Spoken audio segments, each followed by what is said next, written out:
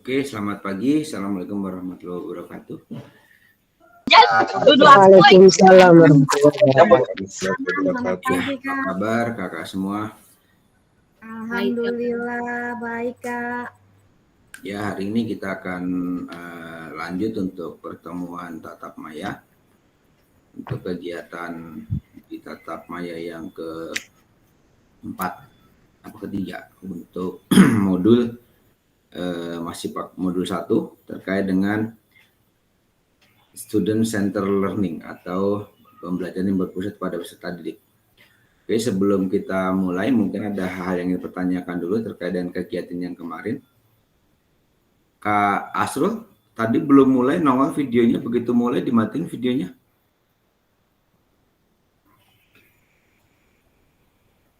Oke, ya silakan, ada yang mau ditanyakan sebelum kita mulai ke modul yang ini terkait dengan modul yang kemarin.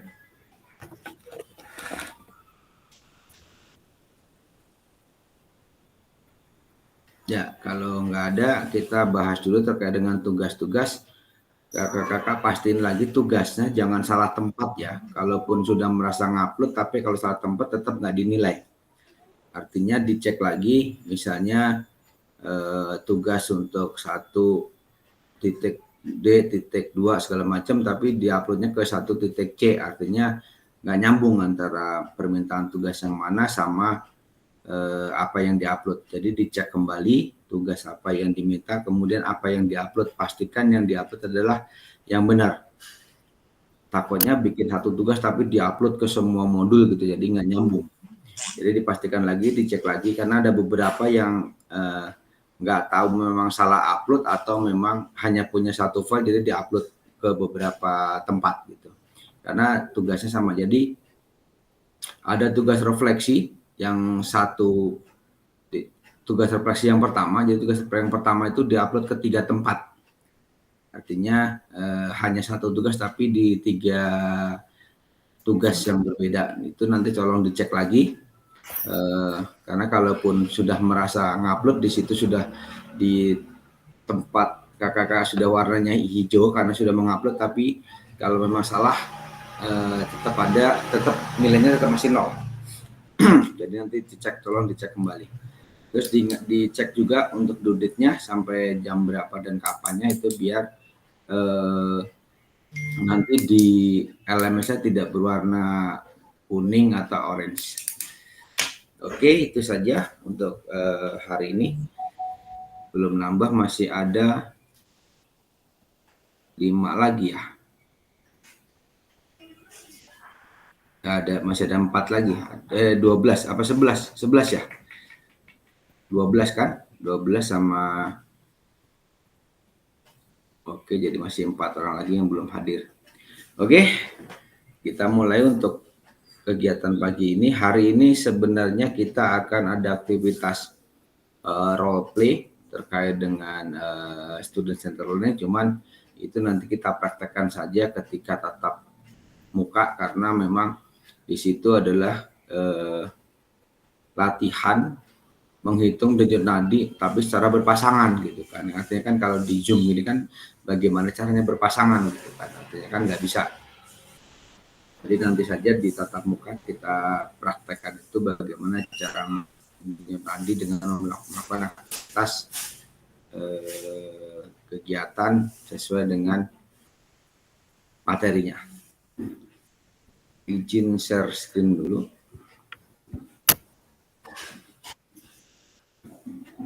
Kalau ada yang mau ditanyakan silahkan langsung saja ya.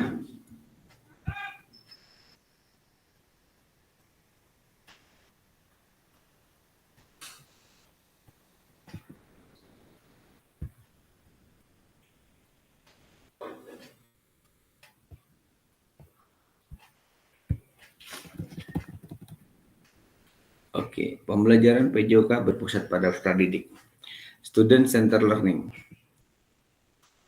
Pertanyaan pertama.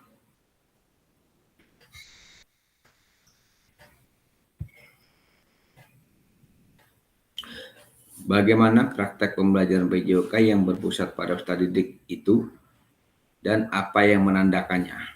Silakan, mungkin pengalaman kakak-kakak semua terkait dengan student center learning itu seperti apa, terus ciri-cirinya apa dikatakan bahwa itu student center learning. Silakan.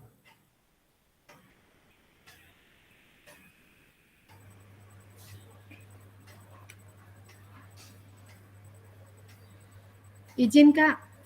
Silakan. Ya, mungkin saya bisa menyampaikan terkait pembelajaran PJOK yang berpusat pada peserta didik. Ini kaitannya dengan student centered learning, di mana pada proses pembelajaran itu siswa sebagai fokus dalam pembelajaran, dia dituntut untuk dia harus aktif dalam proses pembelajaran dan melakukan proses pembelajaran itu sesuai dengan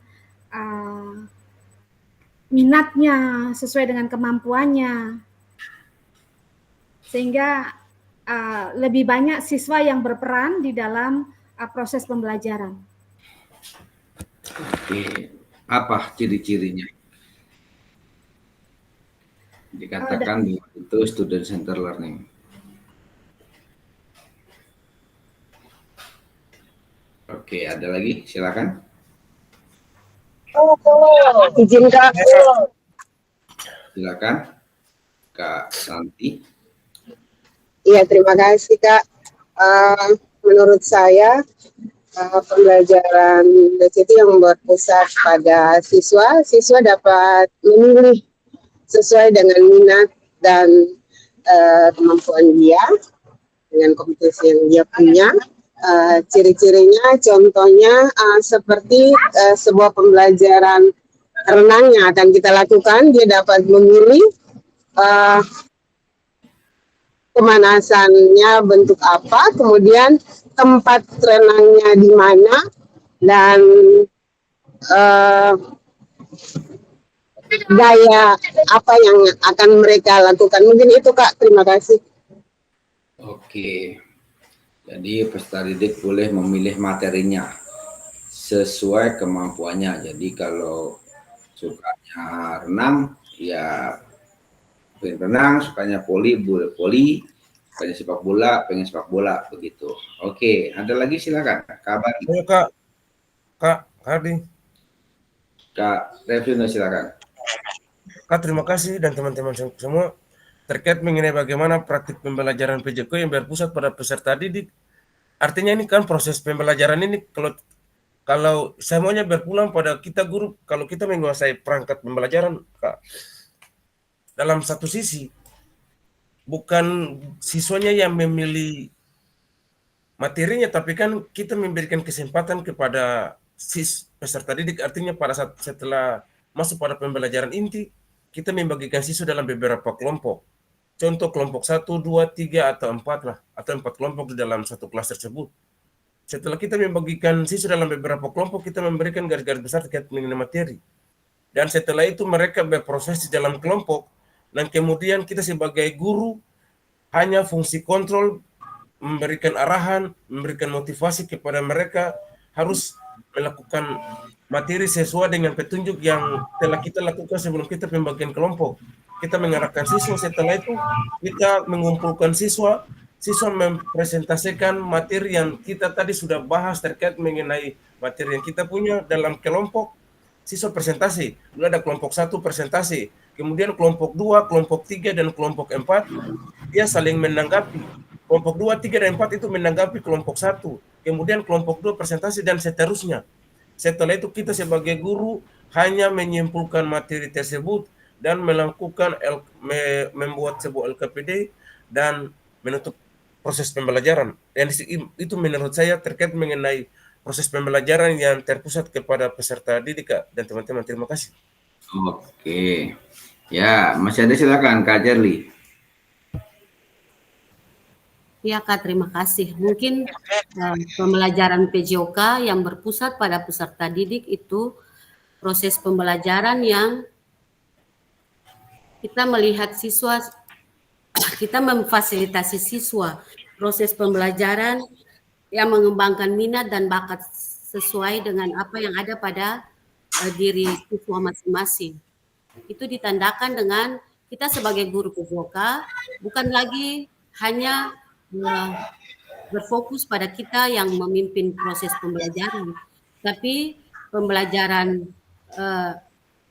student center learning ini kita guru itu sebagai fasilitator, bagaimana kita memfasilitasi proses pembelajaran yang sedang terjadi itu dengan baik. Jangan kita hanya memberikan materi tanpa memperdulikan minat bakat yang ada pada diri siswa. Ya, itu mungkin dari saya, Kak. Terima kasih. Oke, Kak Barli, Kak Celi, terima kasih. Kak Barli, silakan.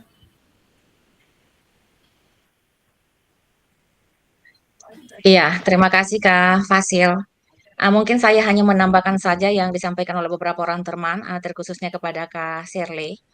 Penambahan sayanya itu saja Kak Fasil bahwa dalam pendidikan jasmani, olahraga, dan kesehatan yang pada pertemuan awal-awal yang sudah ditekankan Kak Fasil, ya, bahwa kita menggarisbawahi bahwa pembelajaran PJOK itu merupakan satu pembelajaran yang memainkan peran penting dalam perkembangan fisik dan mental peserta didik.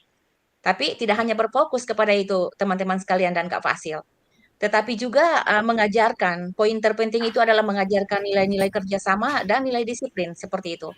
Sehingga dalam suatu proses pembelajaran itu terakomodir. Berfokusnya itu kepada peserta didik yang menandakan bahwa proses belajar mengajarnya itu dirancangkan khusus untuk kebutuhan daripada peserta didik. Kemudian Kak Fasil, poin penambahan saja Kak, bahwa terkait dengan apa yang disampaikan oleh Kak Reviano seperti itu saya mungkin sepaham dan tidak sepaham Kak, bahwa faktor utama daripada proses pembelajaran itu adalah bagaimana seorang guru itu menguasai materi. Ini dalam proses penguasaan materi tidaklah menjadi satu poin yang penting. Kalau misalnya menguasai materi itu merupakan suatu poin yang penting, tetapi cara untuk mentransformasikannya itu kepada siswa itu endingnya tidak dapat, ini menjadi masalah. Kemudian yang kedua, dari apa yang disampaikan oleh Kak Revi itu terkait dengan metode pembelajaran, Kak. Tidak semua materi pembelajaran itu menggunakan metode pembelajarannya itu satu, pasti berbeda. Ini yang perlu untuk kita semua ketahui bersama, teman-teman sekalian. Mungkin saya hanya saja menambahkan daripada apa yang disampaikan oleh Kak Revi, bahwa terkait dengan tugas utamanya daripada guru dalam proses pembelajaran itu adalah menguasai materi. Dan yang kedua itu adalah penetapannya itu pada metode pembelajaran. Karena tidak semua materi pembelajaran yang kita eksekusi itu menggunakan metode dan model pembelajaran yang sama.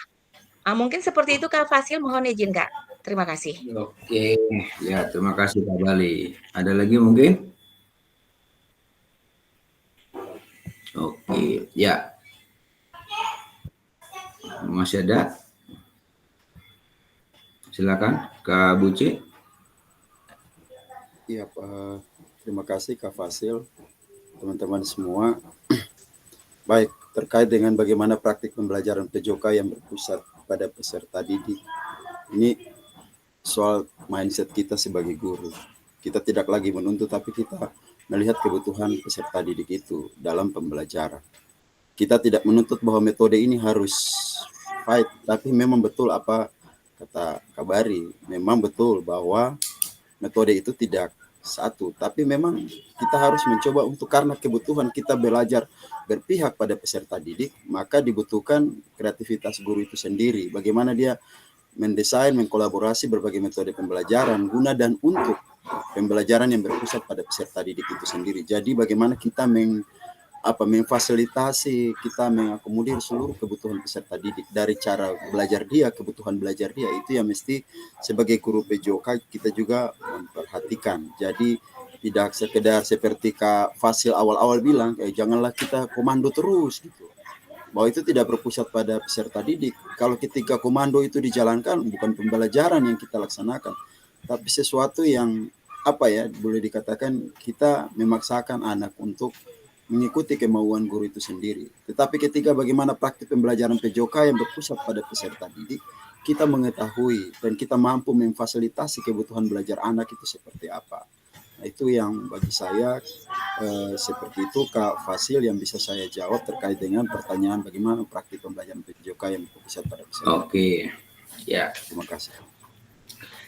Oke, ya. Intinya dalam proses pembelajaran student center learning atau pembelajaran berpusat pada didik ini adalah tadi seperti katakan sebelumnya Kak Shirley, bahwa tidak ada lagi peran seorang guru, tapi peran kita menjadi seorang fasilitator, di mana tugas guru adalah hanya memfasilitasi saja apa yang akan dilakukan oleh murid, tapi tidak mengklarifikasi tadi jawaban Kak Santi.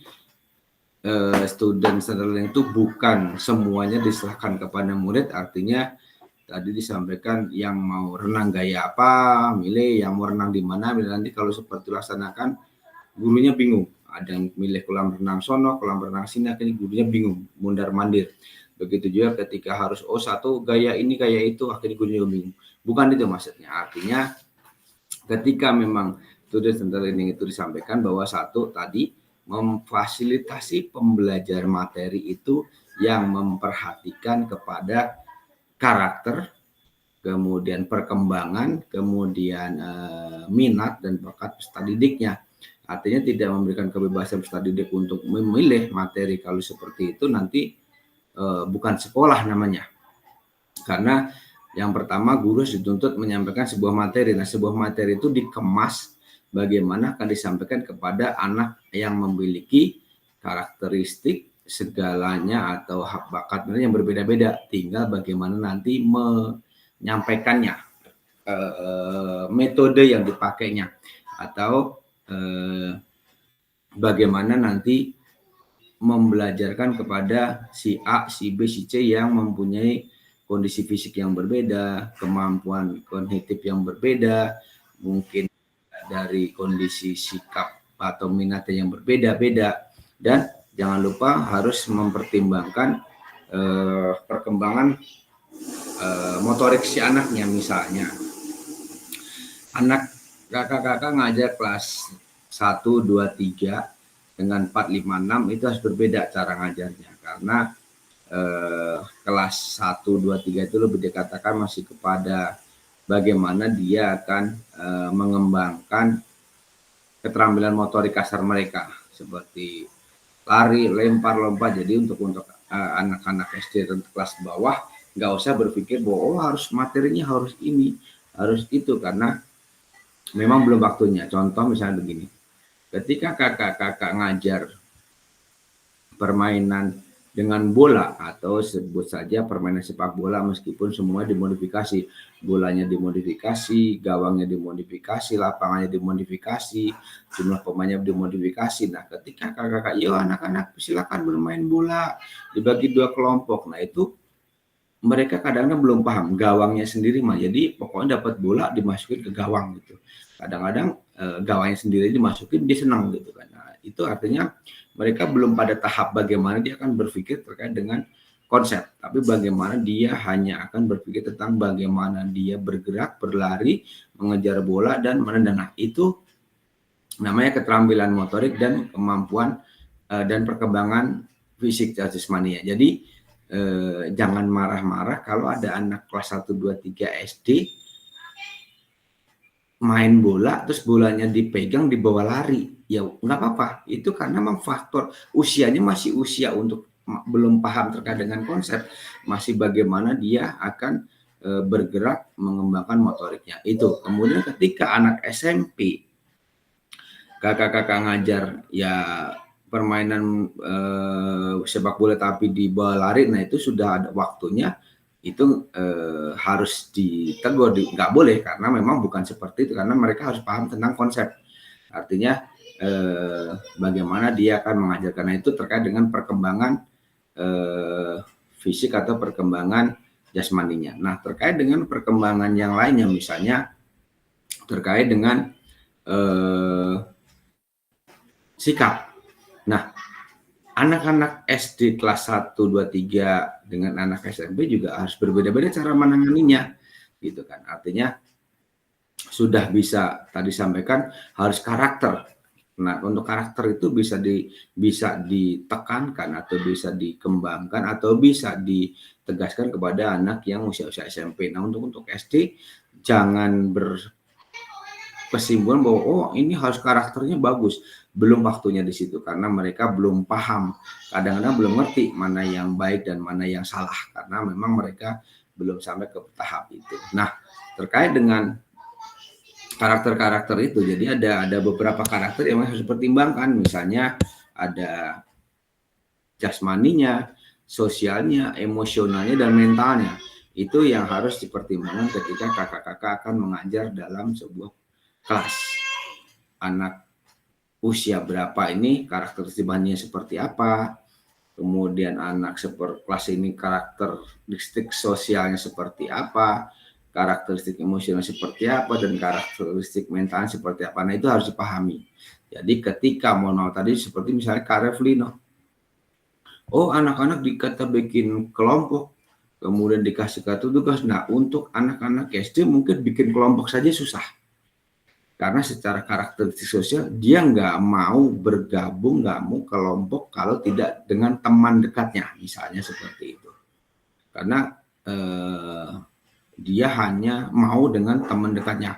Nah, kalau untuk usia SMP tidak bisa seperti itu misalnya. Nah, itu gambaran-gambaran terkait dengan perkembangan dari jasmani, sosial, emosi, dan karakter yang lainnya. Itu harus diperhatikan. Kemudian tandanya bahwa itu student center learning adalah satu, tidak ada lagi perintah atau komando yang khusus yang dilakukan oleh gurunya. Artinya seperti tadi Kak Rumah sampaikan, jadi ketika akan mengajar, konsep apa yang akan disampaikan, kemudian materi apa yang tepat kepada anak-anak dan karakter seperti itu, metode apa yang akan disampaikan, kemudian langkah-langkah pembelajaran seperti apa, nah itu kemudian bawa ke lapangan dan laksanakan. Nah, ketika apa yang dilaksanakan di awal itu ternyata tidak berhasil, kembali lagi ke modul 1, refleksi. Oh, ternyata nggak bisa. Saat itu juga silakan ganti metode belajarnya. Jadi metode belajar, metode ngajar itu tidak harus yang ditulis dilaksanakan. Ketika tidak jalan, ya sudah ganti. Misalnya, oh saya mau pakai seperti tadi, pakai worksheet, pakai kartu tugas. Ternyata ketika dikasih kartu tugas, anak-anak nggak jalan. Kenapa? Nggak ngerti tugas harus ngapain, membaca tugasnya nggak paham. Kenapa? Oh nggak jalan. Langsung saat itu dia refleksi, oh ini nggak jalan, ganti. Nah, itu gambaran terkait dengan metodenya. Kemudian pelaksanaannya. Berpusat pada peserta didik artinya semua peserta didik itu merasa terlibat. Kemudian semua pendidik itu merasa menikmati dengan menikmatinya, kemudian mereka merasa melaksanakan pembelajaran tersebut dengan senang. Ketika ada yang nggak suka, caranya begitu, mainnya begitu, olahraganya kayak gini, misalnya tekniknya gitu serem, takut misalnya. Nah, itu kan nanti anak-anak nggak senang. Nah, itu artinya harus direfleksi, kemudian dilaksanakan apa yang harus dilaksanakan yang sesuai dengan mereka. Misalnya belajar lompat tinggi, tujuan pembelajarannya adalah peserta didik mampu melaksanakan atau mampu mempraktekkan melompat dengan gaya straddle misalnya. Dengan gaya straddle. Nah, kalau sudah tujuan pembelajarannya dengan menggunakan gaya straddle, ya jangan dikasih dengan gaya yang lain. Karena dengan gaya lain itu artinya tujuan pembelajarannya harus ada dua. Gitu. Yang satu straddle, yang satu dengan gaya yang lain. Karena itu sesuatu yang berbeda. Tapi bagaimana nanti cara ngajarnya saja yang berbeda. Oh, karena ini anaknya pendek, nggak mungkin dia saya kasih 1,5 meter. Berarti dia cukup 50 cm atau 40 cm. Oh, karena ini anaknya tinggi, pasti dia lompatnya tinggi. Saya coba kasihlah 2 meter. Oh, karena ini anaknya begini, oh saya coba deh dengan memiringkan mistarnya. Oh, karena dengan seperti ini dia takut nih. Oh, saya kasih deh di belakangnya busa yang empuk, kalau dia jatuh biar nggak takut. Nah, itu adalah memfasilitasi karakteristik yang berbeda-beda. Jadi bukan materinya yang dibedakan. Jadi bukan, oh yang ini gaya flop, oh yang ini gaya straddle, oh yang ini gaya bla bla bla, silakan beli yang mana. Nah, artinya kalau seperti itu tujuan pembelajarannya harus dirubah. Hanya peserta didik mampu melaksanakan lompat tinggi, udah selesai begitu saja dengan gaya mereka masing-masing kan gitu. Nah, kalau seperti itu nanti juga akan kesulitan gurunya menilai apa yang akan dinilai kalau seperti itu. Apakah hanya tinggi lompatannya atau caranya atau seperti apa. Nah, ketika memang berbeda-beda gaya itu harus bikin rubriknya yang banyak. Jadi intinya ketika anak merasa senang, anak semuanya terlibat dan menikmati gerak, kemudian tujuan pembelajaran yang tersampaikan, itulah student centered learning. Guru hanya terlibat saat satu, yang pertama mengumpulkan, kemudian mengecek daftar hadir, menyampaikan tujuan pembelajaran, materi pembelajaran, apa yang akan dinilai. Setelah itu laksanakan metode apa yang akan digunakan dan semuanya serahkan kepada peserta didiknya. Misalnya, hari ini kita akan belajar tentang passing bawah bola voli. Passing bawah bola voli adalah nanti nggak usah jelaskan karena ada di poin-poinnya. Nah, nanti kalian adalah akan berpasangan. Ketika berpasangan berarti 2. Tapi ketika kalian nanti akan berkelompok berarti lebih dari 2. Nah,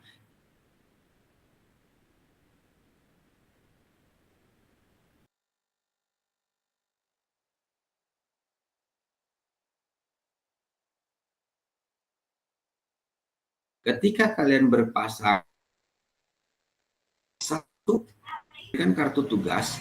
Nah, kartu tugas itu isinya adalah apa yang harus dilakukan secara detail dan itu nanti akan diamati. Artinya kakak-kakak nggak perlu lagi menjelaskan nanti adalah bola-bola gini-gini, nggak perlu. Tapi hanya kalian nanti akan berkelompok, kemudian satu mengamati 1 menit dan bergantian.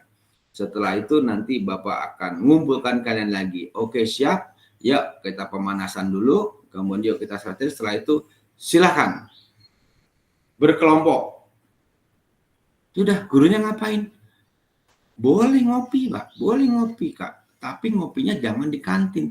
Ngopinya di lapangan. Bawa kopinya ke lapangan sambil duduk. Tapi bukan ngumpet. Tapi terlihat. Semua peserta didik terlihat, dipantau. Kemudian setelah dilihat, sambil merefleksikan, oh itu salah, oh itu betul. Sambil mengamati. Begitu semuanya selesai, kumpulkan lagi. Apa yang kalian lakukan tadi, bla bla bla, silahkan dikasih pertanyaan-pertanyaan. Itu pertanyaan-pertanyaan itu adalah boleh dikatakan adalah tes kognitif, tapi secara lisan. Melaksanakan tes apa yang kalian pahami terkait dengan ini, nanti pasti akan jawab. Itu adalah jawaban atau tes secara kognitif. Kemudian apa tes prakteknya? Tes prakteknya adalah hasil dari pengamatan temannya. Misalnya nanti yang benar dicentang, yang masih salah disilang. Nah, setelah itu selesai tinggal membuat kesimpulan. Jadi adalah passing bawah adalah begini-begini nih. Nah, yang masih belum begini nanti harusnya begini. Cukup di situ. Jadi guru itu hanya berperan di awal dan di akhir. Di tengah-tengahnya ngapain? Hanya memperhatikan saja tingkah peserta didiknya, kemudian mengamati apa yang dilakukan. Itulah yang namanya observasi atau pengamatan pembelajaran. Jadi nggak perlu lagi kayak dulu, siap, gerak, baris, pemanasan, yuk semuanya 3 sap, oke siap, semuanya berada depan, masing-masing ambil bola, tunggu aba-aba Bapak, tunggu priwitan. Nah itu ya nggak seperti itu lagi. Artinya ketika Bapak, Ibu atau kakak-kakak masih menggunakan peluit untuk peserta didik tanda melakukan aktivitas, itu artinya adalah masih komando. Jadi periwitan itu dipakai hanya satu saat mengumpulkan, yang kedua saat mengumpulkan di awal, kemudian datang lagi periwitan lagi saat mengumpulkan di akhir. Tapi di tengah-tengahnya bukan pergi, ada di situ, tapi mengamati, tidak terlalu ikut campur. Biarkan semuanya serahkan ke peserta didiknya sesuai dengan apa yang diberikan di kartu tugas. Misalnya harus begini, begini, begini. Nah, itu misalnya pakai dengan gaya namanya resiprokal. Atau enggak misalnya pakai tugas. Nah, masing-masing mengerjakan sendiri gerakan yang dilakukan sesuai dengan tugas, sesuai dengan catatan yang dilakukan oleh guru. Setelah itu kumpulkan lagi, direfleksikan apa yang kamu belum bisa, apa yang sudah bisa, apa yang kendalanya. Itu student center learning. Artinya semua kegiatan diserahkan kepada peserta didik, tapi tidak memberikan kebebasan pada peserta didik untuk memilih materinya. Kalau peserta didik memilih materinya, nanti kakak bingung. Ada yang pengen bola, ada yang pengen badminton, ada yang pengen renang, ada yang pengen voli, ada saya kesehatan aja deh di kelas. Pusing nanti gurunya. Jadi ketika materinya kesehatan, ya sudah semuanya masuk kelas. Mau materi apa tentang kebersihan reproduksi misalnya, ya sudah tayangkan saja video, silahkan nonton video, nanti tinggal tanya apa yang dimaksud itu, silahkan pendapatnya, gurunya nggak usah banyak cerita. Itu tanda-tandanya student learning adalah anak terlibat, semuanya terlibat, anak merasa senang atau menikmati pembelajarannya, dan anak senang. Kalau hanya sebagian yang senang, yang lainnya nggak senang, berarti bukan student center learning. Masih banyak misalnya yang senang sepak bola, ya udah main bola aja, yang nggak senang ya diem aja nggak ngapa-ngapain misalnya. Nah itu artinya tidak enjoy, tidak semuanya menikmati. Ada kalanya bermain, ada kalanya menyampaikan materi. Contoh untuk anak SD, kakak-kakak menyampaikan materi terkait dengan misalnya start jongkok. 2 jam pembelajaran membelajarkan start jongkok. Kemudian ketika itu sudah mau selesai, pasti anak-anak masih nanya, Pak, Bu, olahraganya kapan? Jadi start jongkok itu bagi mereka bukan olahraga. Artinya ketika nanti katakan olahraga bagi mereka adalah bermain. Nah itu kasih mereka kesempatan untuk itu, tapi terus jangan dari awal sampai akhir bermain. Karena materinya adalah atletik start jongkok. Boleh nggak diberikan materi bermain dari awal sampai akhir? Boleh. Kalau materinya adalah permainan sepak bola, permainan bola besar, bisa sepak bola, ya sudah lakukannya permainan bola besar. Terus mereka main apa Kak? Ya suka-suka mereka. Kalau tujuan pembelajarannya adalah hanya peserta didik mampu mempraktekkan gerak dasar lokomotor, non lokomotor, manipulatif. Selesai, mereka mau nendang, mereka mau lari pegang bola, mereka mau nyundul, mereka mau lari tanpa bola, nggak apa-apa. Artinya tujuannya tersampaikan. Karena apa? Lokomotor, non lokomotor, dan manipulatif. Jadi mereka bebas mau ngapain, itu gambarnya. Tapi tidak bebas dalam artian silahkan suka-suka, enggak, tapi tetap dalam kontrol gurunya. Terkait dengan apa? Permainan sepak bola misalnya, seperti itu. Itu gambaran awal bahwa seperti apa student learning. Nah sekarang mari kita refleksi, sudahkah kita melakukan itu? Masihkah kita sering meniup fluid ketika ngajar? Masihkah kita sering teriak-teriak ketika kita ngajar? Masihkah kita sering terlibat aktif pembelajaran ketika kita ngajar?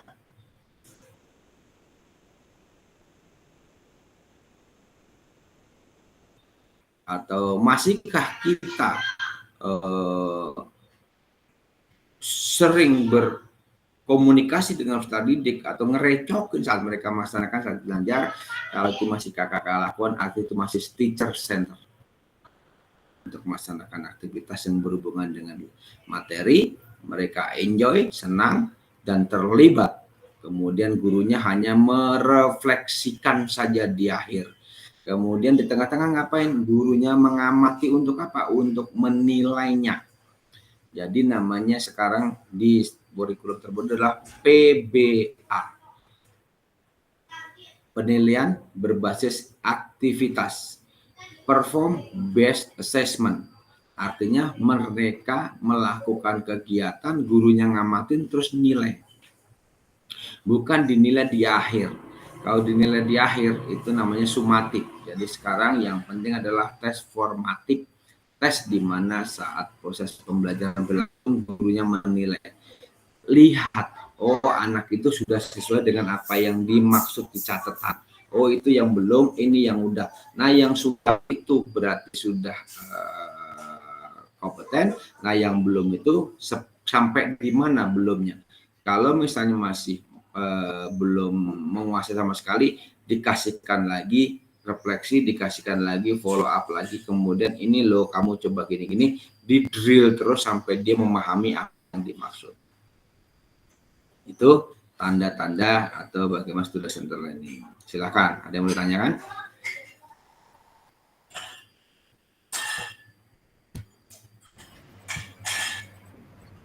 Izin Kak bertanya.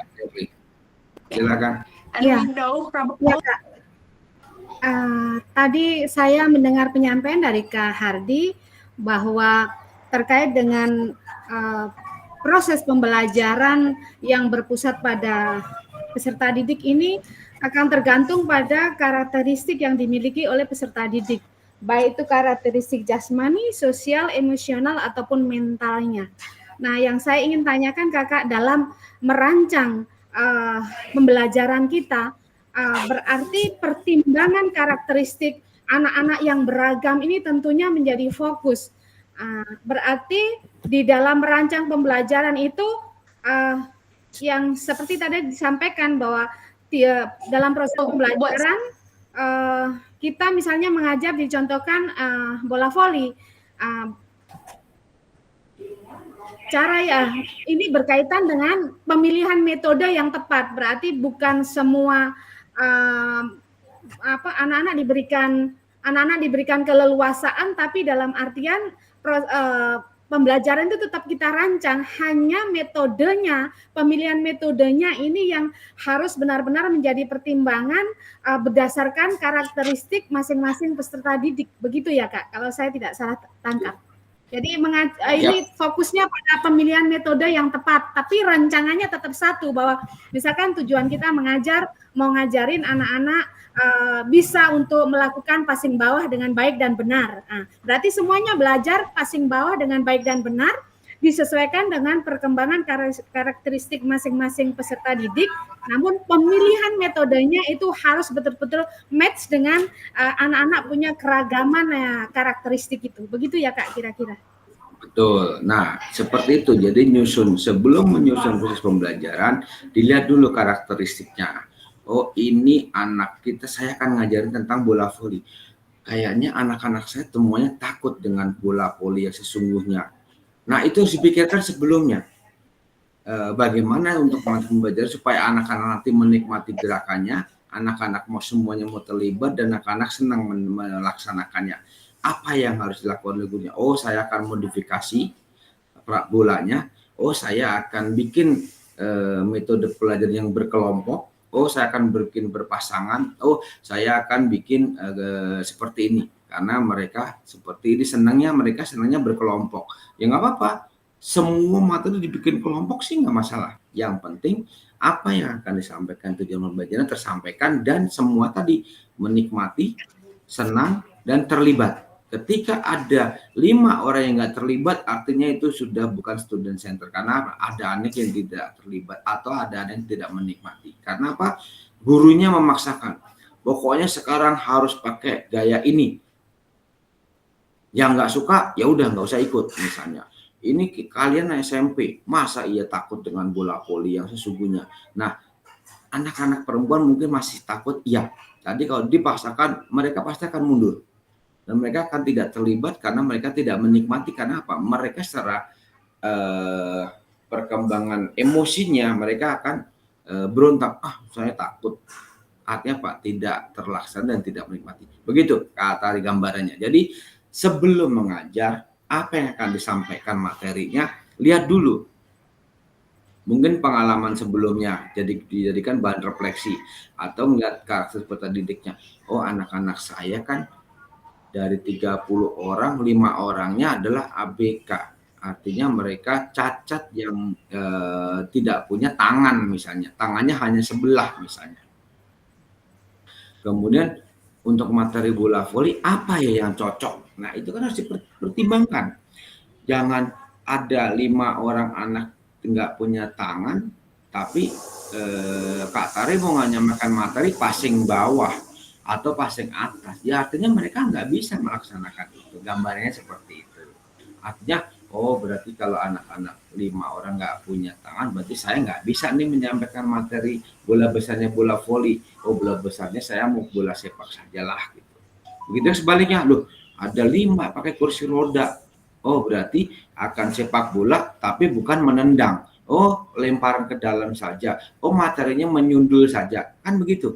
Artinya semuanya terlibat, semuanya diaktifkan dan mereka menikmati semua. Itu yang harus dipikirkan di awal.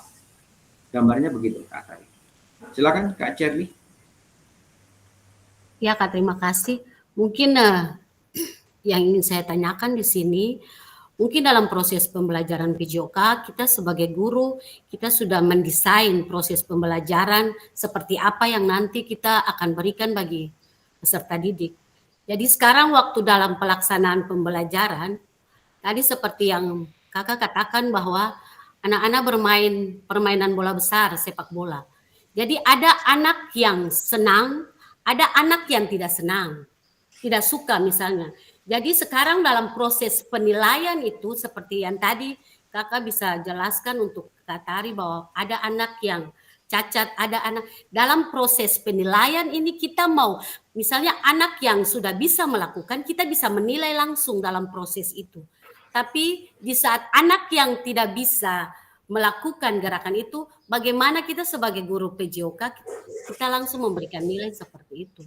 Mungkin di dalam proses pembelajaran PJOK selama ini di sekolah saya, mungkin dalam proses pembelajaran mungkin memang ada beberapa anak di sekolah saya yang berkebutuhan khusus, Kak. Jadi dalam proses pembelajaran mungkin mereka tidak bisa melakukan proses permainan. Tapi apakah itu benar yang saya lakukan ini dalam proses penilaian itu saya membuat seperti permainan. Dalam proses permainan itu teman-teman yang bisa melakukan gerakan itu mereka berproses dalam permainan itu. Nanti yang anak-anak yang berkebutuhan khusus yang mungkin tidak bisa melakukan gerakan itu, saya memberikan kesempatan bagi mereka untuk menilai proses permainan itu. Jadi mungkin di kesempatan ini saya ingin menanyakan apakah memang proses yang saya lakukan selama ini benar atau tidak dalam proses penilaian anak-anak yang berkebutuhan khusus seperti itu, Kak. Ya. Itu saja mungkin dari saya, Kak. Jawaban saya langsung to the point, salah. Karena di situ peserta didik bertugas atau peserta didik adalah sebagai objek yang dinilai, bukan untuk menilai. Ketika memang dia menilai, artinya itu peer assessment atau sama-sama menilai dengan teman itu boleh. Tapi ketika dia tidak bisa melakukan aktivitas itu, ya sudah, tugas kamu menilai saja. Artinya dia hanya menilai, tapi dia tidak dinilai. Artinya bukan itu tendensinya atau bukan itu maknanya. Artinya seperti tadi Kak sudah sampaikan, harus di planning sebelum proses pembelajaran. Makanya salah ketika ada guru membuat RPP di awal tahun, kemudian diajarkan selama setahun, kan nggak tahu besok itu akan terjadi apa. Artinya apa? Ya paling tidak 1 hari sebelum ngajar, akan besok saya ngajar apa ya? Oh ngajarin, oh anak-anak saya Kak sekarang modelnya begini, dulu mah begini, sekarang modelnya begini. Nah itu kan setiap saat karena perkembangan yang 4 perkembangan, fisik, jasmani, mental, sosial, dan yang lain tadi itu selalu berubah, artinya nggak bisa diplanning selama 1 tahun gitu kan, karena selalu berubah. Oh besok saya mau ngajar bola voli, kira-kira materi apa yang cocok buat mereka dengan karakteristik seperti ini ya. Oh anak-anak perempuan kayaknya suka banget dengan permainan bola voli, dengan bola yang dari karet misalnya, ya sudah pakai bola karet, boleh. Oh anak perempuan, laki-laki nggak suka kalau bola yang kayak karet, dia harus beli sesungguhnya, ya sudah nggak apa-apa, yang laki-laki pakai bola beneran, yang perempuan pakai bola karet. Maknanya bukan peralatannya yang dinilai, tapi bagaimana dia memahami konsep geraknya, melakukan geraknya, dan apa yang akan dinilai itu tujuan pembelajarannya tercapai. Oh anak-anak maunya berkelompok nih, oh berkelompoknya maunya sama teman-teman masing-masing, mereka udah punya pasangan masing-masing, nggak apa-apa silakan. Artinya jangan dipaksa, kamu nggak boleh berpasangan sama dia. Kamu harus berpasangan sama ini, jangan sama dia terus. Itu artinya mereka nggak senang, nggak suka.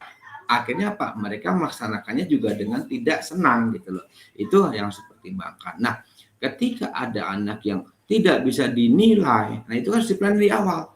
Kira-kira saya akan melaksanakan kegiatan ini buat anak yang ini nanti penilaiannya seperti apa ya? Nah itu harus terpikirkan di awal. Jangan tiba-tiba, waduh, saya melaksanakan ini lah itu nanti saya nilainya gimana ya itu? Misalnya seperti itu. Nah contohnya tadi, saya ngasih pembelajaran tentang pemainan sepak bola menendang dengan kaki bagian dalam. Ternyata ada 2 orang pakai kursi roda, kakinya buntung dua-duanya. Pas, oh iya, kamu nanti karena kamu nggak punya kaki ya, berarti kamu nggak bisa dinilai. Ya sudah, kamu menilai saja. Bukan seperti itu konsepnya. Tapi bagaimana dia bisa ikut terlibat dalam sebuah proses pembelajaran yang melihat karakteristik jasmani dan fisiknya. Artinya ketika Kak Charlie mengajar sepak bola, untuk materi sepak bola ada peserta didik yang ABK dalam artinya tidak punya kaki, jangan kasih materi menendang, kasih materi yang lain. Kan ada yang bisa pakai tangan, misalnya ya udah kamu ibaratkan kiper menangkap bola, atau kamu pemain dengan melakukan lemparan dalam. Sekarang materinya adalah menyundul. Karena apa? Nggak perlu pakai kaki. Itu gambarannya. Tapi Kak, saya nggak bisa harus pakai kaki karena ini sepak bola kan berhubungan dengan kaki. Oke, tetap dengan menendang kaki bagian dalam. Tapi si anak yang tidak punya kaki itu tetap harus punya nilai. Bagaimana cara menilainya? Ada bisa jawab? Materinya menendang dengan kaki bagian dalam. 5 orang adalah cacat tidak mempunyai kaki. Tapi dia tetap akan mendapatkan nilai keterampilan terkait dengan menendang tersebut. Kira-kira bagaimana menilainya? Silakan. Sambil berpikir, saya Kak. Sambil bicara silakan saya pakai earphone, silakan langsung bicara saja. Saya sambil izin ke toilet. Silakan Kak Buce. Langsung bicara saja. Siap, baik. Mereka punya keterampilan. Jadi bisa dinilai dengan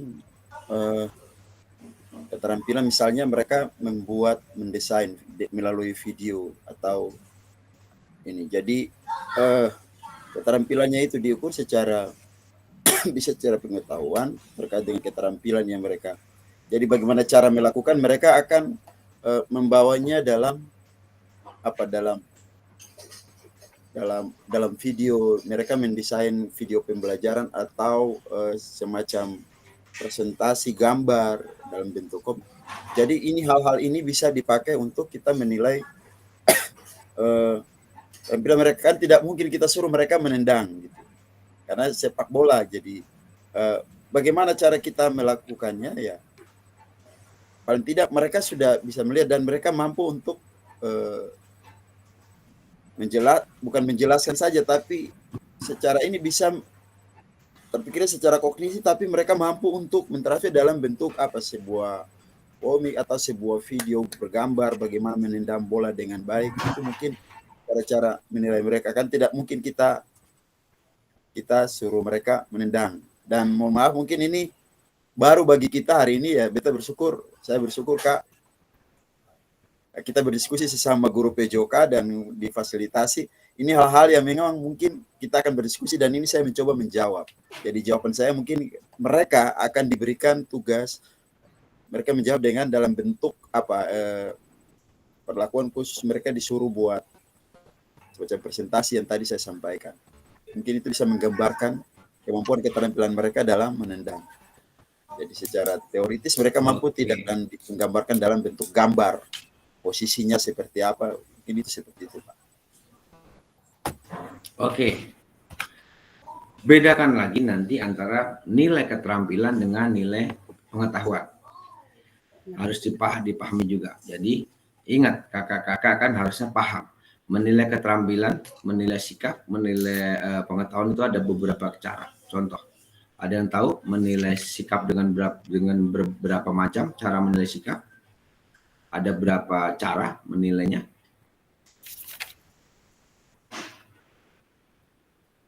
Berapa Publik penilaian, cara menilai Kak. sikap? Ya, ada berapa cara menilai sikapnya? Ada 4. Yang satu melalui pengamatan, yang kedua melalui antar teman, yang kedua melalui penilaian diri, yang keempat melalui jurnal. Artinya itu cara menilai sikap. Bagaimana caranya? Ya silakan pilih dari 4 itu yang kira-kira bisa dilakukan. Ketika dalam proses pembelajaran, saya akan menilai sikap mereka dengan pengamatan. Yang kedua, cara menilai pengetahuan. Ada lisan dan tulisan. Nah, apa yang harus dilakukan guru PJOK ketika menilai pengetahuan? Ya lebih banyak pakai lisan. Kenapa? Buat apa nulis? Jadi nggak penting lagi nanti PJOK itu ada tes akhir semester, tes tengah semester, tes kenaikan kelas, jangan jawab soal-soal olahraga, itu udah nggak penting. Udah nggak perlu lagi. Karena apa? Sudah dilaksanakan saat proses pembelajaran. Kapan? Ya waktu proses. Coba misalnya. Coba Barli, ceritakan tentang teknik dasar bermain passing bawah. Oh, passing bawah adalah gini, Bu. Coba Charlie, ceritakan lagi. Oh, passing bawah gini. Lino, ceritakan. Oh, gini. Itu tes sikap, pengetahuan dengan lisan. Ketika mereka bisa jawab, ya sudah, nilainya bagus. Nggak perlu lagi nanti di akhir semester ditanya lagi, nggak penting. Karena apa? Mereka sudah paham tentang konsep itu. Apalagi sekarang trennya adalah anak-anak UAS, UTS, UKK, atau apalah PAS namanya, mengerjakan soal di mana soalnya dapatnya dari dinas. Yang gurunya sendiri nggak pernah bikin soal. Gurunya nggak pernah ngajar permainan bola besar, nggak pernah ngajar namanya atletik, nggak pernah ngajar namanya renang. Hanya latihan kebugaran terus 1 semester. Tiba-tiba ada pertanyaan tentang sepak bola, bola voli, bola basket, ada pertanyaan tentang renang, ada pertanyaan tentang apa. Ya anak-anak bingung, ibu nggak pernah ngajar ini, kenapa saya ditanya ini? Jangankan muridnya, gurunya aja kalau ditanya sesuatu yang tidak pernah diajarkan, pasti akan protes. Saya nggak pernah belajar itu, sorry kalau ditanya itu. Begitu juga muridnya. Harusnya kalaupun soal itu silakan dibuat saat proses pembelajaran, ditanyakan saat proses. Lewat apa? Boleh tulisan, boleh lisan. Yang efektif apa? Lisan. Tujuan pembelajarannya adalah peserta didik mampu mempraktekkan konsep passing bawah bola voli. Praktek, tulis, passing bawah bola voli. Kakinya begini, tangannya begini, badannya begini, pandangannya begini. Itu nanti silakan ya, itu ditulis di kertas. Silakan ini si A, si B, si C, silakan berpasangan, masing-masing mengamati yang melakukan, ikuti gerak, silakan baca dulu gerakan seperti apa. Kemudian temannya mengamati apakah kakinya benar, tangannya benar, pandangannya benar. Kalau benar dicentang, kalau salah disilang. Itu adalah proses pembelajaran yang harus dilakukan secara praktek. Semua sudah praktek. Oke anak-anak, ya kumpul. Coba sekarang Ibu mau nanya terkait dengan pemahaman kalian terkait dengan bola voli. Bu C, coba. Apa itu passing bawah bola voli? Oh, passing bawah bola voli adalah passing dilakukan dengan satu. Kakinya dibuka selebar bahu, badannya bongkok, tangannya lurus, dan bolanya. Itu sudah betul. Nilainya 100. Nggak perlu lagi Ibu Bapak bikin soal. Cukup saat itu juga. Coba. Kenapa saat kamu passing, bolanya kena muka? Oh, bolanya kena muka Bu, karena waktu kena bola, tangan saya tekuk, makanya bolanya ke arah muka. Iya, betul. Supaya bolanya parabol ke depan, apa yang harus kamu lakukan? Oh, harus badannya rada bongkok Bu, karena kalau badannya tegak, bolanya pasti ke atas. Itu mereka paham secara konsep. Selesai. Nggak perlu lagi nanti di akhir semester ditanya. Artinya apa? Begitu Bapak Ibu mengajar bola voli, saat itu selesai, nilai bola voli sudah ada. Nggak perlu lagi nanti ditambah nilai bola voli saat tes tulis. Nggak penting. Itu camkan. Kembali lagi, guru PJOK adalah saat menilainya adalah namanya PBA, Perform Based Assessment atau penilaian berbasis activity atau tes formatif. Itu yang harus dilakukan. Nah, tadi terkait dengan Pak Bujang lakukan. Nah, ketika ada anak yang nggak punya kaki, dia harus main materi tentang menendang sepak bola. Apa yang harus dilakukan? Kan penilaian praktek ada, penilaian praktek, penilaian proyek, dan penilaian portofolio. Silakan kalau dia anak nggak bisa praktek ya pakai nilai 2 itu, proyek dan portofolio. Apa portofolionya? Yang berhubungan dengan materi. Apa yang harus dilakukan? Terserah kamu, pokoknya kamu bikin portofolio atau karangan atau konsep atau bikin segala macam berhubungan dengan bola voli. Tapi ingat, nilainya nggak boleh lebih dari orang yang kakinya 2. Jangan, waduh, itu si Agus kakinya tidak ada dua-duanya. Dia pakai kursi roda. Portofolionya bagus sekali ini. Saya kasih saja nilai 85. Tapi si anak, dia nilai kakinya 2 komplit. Tapi nendangnya nggak bener. Nilainya 70. Itu yang nggak boleh. Artinya apa? Penilaiannya berbeda. Bobotnya juga berbeda. Jadi maksimal untuk anak yang seperti tadi mendapatkan dengan penilaian portofolio, maksimal adalah di bawah atau sama dengan anak normal yang paling rendah. Saya ngasih anak nilai pokoknya semuanya paling rendah sesuai KKM deh. Artinya apa? Kasih dia nilai setinggi KKM. Untuk proses itu ya. Tapi ketika prosesnya menyundul bola karena dia nggak punya kaki, penilaiannya sama dengan yang lain, nggak ada bedanya. Karena apa? Yang digunakan kepalanya bukan kakinya. Jadi ingat apa yang akan disampaikan, materinya apa, tujuan pembelajarannya apa, penilaiannya berhubungan dengan apa yang akan dilakukan.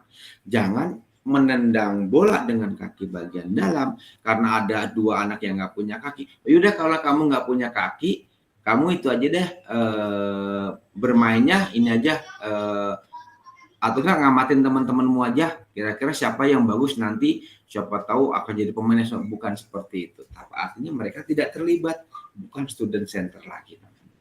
Bisa dipahami? Silakan ditanyakan. Kardi. Silakan. Kak. Yuk. Silakan. Artinya terkait mengenai yang tadi Kak baru sampaikan terkait mengenai siswa yang berkebutuhan khusus, khususnya di bagian kaki Kak. Ini pengalaman saya nih. Saya berbagi terkait mengenai cara saya menilai kepada siswa tersebut. Artinya pada saat awalnya kan saya tidak tahu. Pertama kali dibagi kelas, saya dapat di kelas 12. Yang sekarang awalnya dulu kita bilang kelas 3. Setelah teman-temannya ke lapangan, saya ingin mengecek ini mau pemberian materi sepak bola nih Kak, awal pertemuan. Yang bersangkutan sudah dengan tongkat. Dia memang dari lahirnya begitu Kak, bukan normal baru kecelakaan baru kakinya cacat tapi sudah dari bawaan lahir. Saya bingung ini mau cara penilaian pemberian nilai. Itu saya punya jadi guru pertama itu tahun 2005 Pak, 2005-2006. Itu masih kurikulum KBKK. Belum ada kurikulum K13. Saya punya teknik yang saya pakai untuk menilai siswa tersebut dan saya gunakan sampai sekarang Kak. Artinya yang memang secara kasat mata kalau ikut aturan tidak tuntas karena dia tidak melakukan gerakan dengan maksimal, tapi saya ada beberapa alternatif yang saya pakai untuk dia bersangkutan supaya bisa mendapatkan sebuah nilai. Yaitu secara lisan. Dia memakai temannya untuk membuat gerakan, tapi yang bersangkutan mengucap bahwa gerakan teknik menendang bola seperti untuk menendang bola dengan kaki bagian dalam, bagian luar, dan kura-kura kaki itu dia melakukannya, dia memakai dia punya teman sebagai sampel untuk memberikan contoh, tapi dengan satu persyaratan yang bersangkutan punya nilai tidak bisa melewati teman-teman yang normal. Artinya contoh KKM, kriteria ketuntasan minimal 75, yang bersangkutan mungkin saya kasih 76 atau 77. Tapi dari teman-teman yang normalnya mungkin nilai terendah 80, saya kasih yang bersangkutan mungkin 78 atau 79. Tapi dia tidak bisa sama dengan temannya yang normal. Disitulah itu mungkin teknik yang saya pakai supaya materi tetap tuntas untuk semua mata pelajaran, karena yang bersangkutan ini keterbatasannya mungkin ada selain di kaki juga di tangan. Makanya setiap kali jam penyas yang bersangkutan saya suruh berbusana pakai olahraga. Tapi karena mungkin rasa minder dan teman-teman, dia tetap paksa untuk mengikuti jam penyas. Lalu saya kasih alternatif solusi tersebut untuk yang bersangkutan bisa melakukan praktek itu dengan memakai teman sebagai sampel, yang tapi dengan mengikuti komando dari yang bersangkutan, Kak. Itu saya, Kak. Terima kasih. Maaf kalau salah. Itu lebih masih ke arah kepada bagaimana dia akan memahami secara konsep. Artinya masih kepada ranah pengetahuan. Artinya sekarang silakan hal-hal yang seperti itu dipertahankan dalam artian keterlibatan peserta didiknya. Jangan memberikan perbedaan kepada anak yang berkebutuhan khusus. Ya mudah-mudahan saja sekolah kakak nanti tidak ada yang berkebutuhan khusus. Tapi kan sekarang namanya sekolahnya kan semua sekolah inklusi kan. Mau tidak mau harus siap-siap menerima murid seperti itu. Tapi ingat lagi, ada hal-hal yang mesti kakak catat. Ketika mempunyai peserta didik dengan ABK, itu tidak semuanya bisa diikutkan dalam pembelajaran yang normal. Artinya boleh saja nanti ikut PJOK tapi dengan kurikulum yang berbeda, dengan cara penilaian yang berbeda. Karena apa? Mereka tidak bisa ikut secara klasikal teman-temannya. Artinya mereka dilakukan sendiri. Itu juga ada. Misalnya, paling sini hanya akan kasih materi terkait ini. Artinya itu nanti dilihat dari kondisi fisik seperti apa, keterbatasannya misalnya. Kakak punya anak yang ABK terkait dengan psikologis misalnya yang Down syndrome. Itu nggak bisa dilakukan oleh guru PJOK. Itu harus guru khusus. Artinya apa? Orang yang lebih expert yang menanganinya, bukan guru olahraganya. Tapi bagaimana olahraga seperti apa? Itu serahkan saja kepada ahlinya yang menangani terkait dengan anaknya seperti itu. Artinya ketika ada seperti itu, oke di kelas kakak semua, tapi saat pebejas itu boleh dipisahkan karena mereka punya kurikulum tersendiri dan mempunyai cara punya sendiri dan mempunyai guru yang tersendiri atau mempunyai orang yang menanganinya. Jangan kakak muridnya 30 punya anak yang bermasalah 2 orang, anak kakak konsentrasi ke 2 orangnya, 28-nya terbengkelai, 28-nya dicuekin. Itu yang tidak boleh. Jadi korbankan yang 2, tetap konsentrasi yang 28. Itu sudah ada petugas tersendiri ketika guru-gurunya tidak bisa menangani secara klasikal umum. Itu gambarnya. Tapi ketika masih secara psikologi dia normal, hanya cacat fisik saja, silakan pertimbangkan kira-kira materi apa yang bisa dia lakukan bersama dengan teman-temannya. Itu seperti yang saya sampaikan. Ya sudahlah, ketika memang dia tidak punya tangan, ya nggak usah maksain mengajar bola voli. Kan permainan bola besar ada 3, bola sepak, bola voli, dan bola basket. Nah, ketika dia tidak punya tangan, ya sudah, berarti pakailah permainan bola besar sepak bola. Ketika dia tidak punya kaki, ya nggak usah main sepak bola, ngajarlah bola basket atau bola voli. Kan begitu gambarannya. Jadi guru itu harus berpihak kepada murid dengan salah satu yang pertama dilakukan adalah pemilihan materinya. Kurikulum Merdeka sekarang. Guru diberikan kebebasan sebebas-bebasnya untuk menentukan materi yang akan dia ajarkan. Di kurikulum 2006-2013 kan jelas ada KD 10 dari 1 sampai 10 itu harus diajarkan.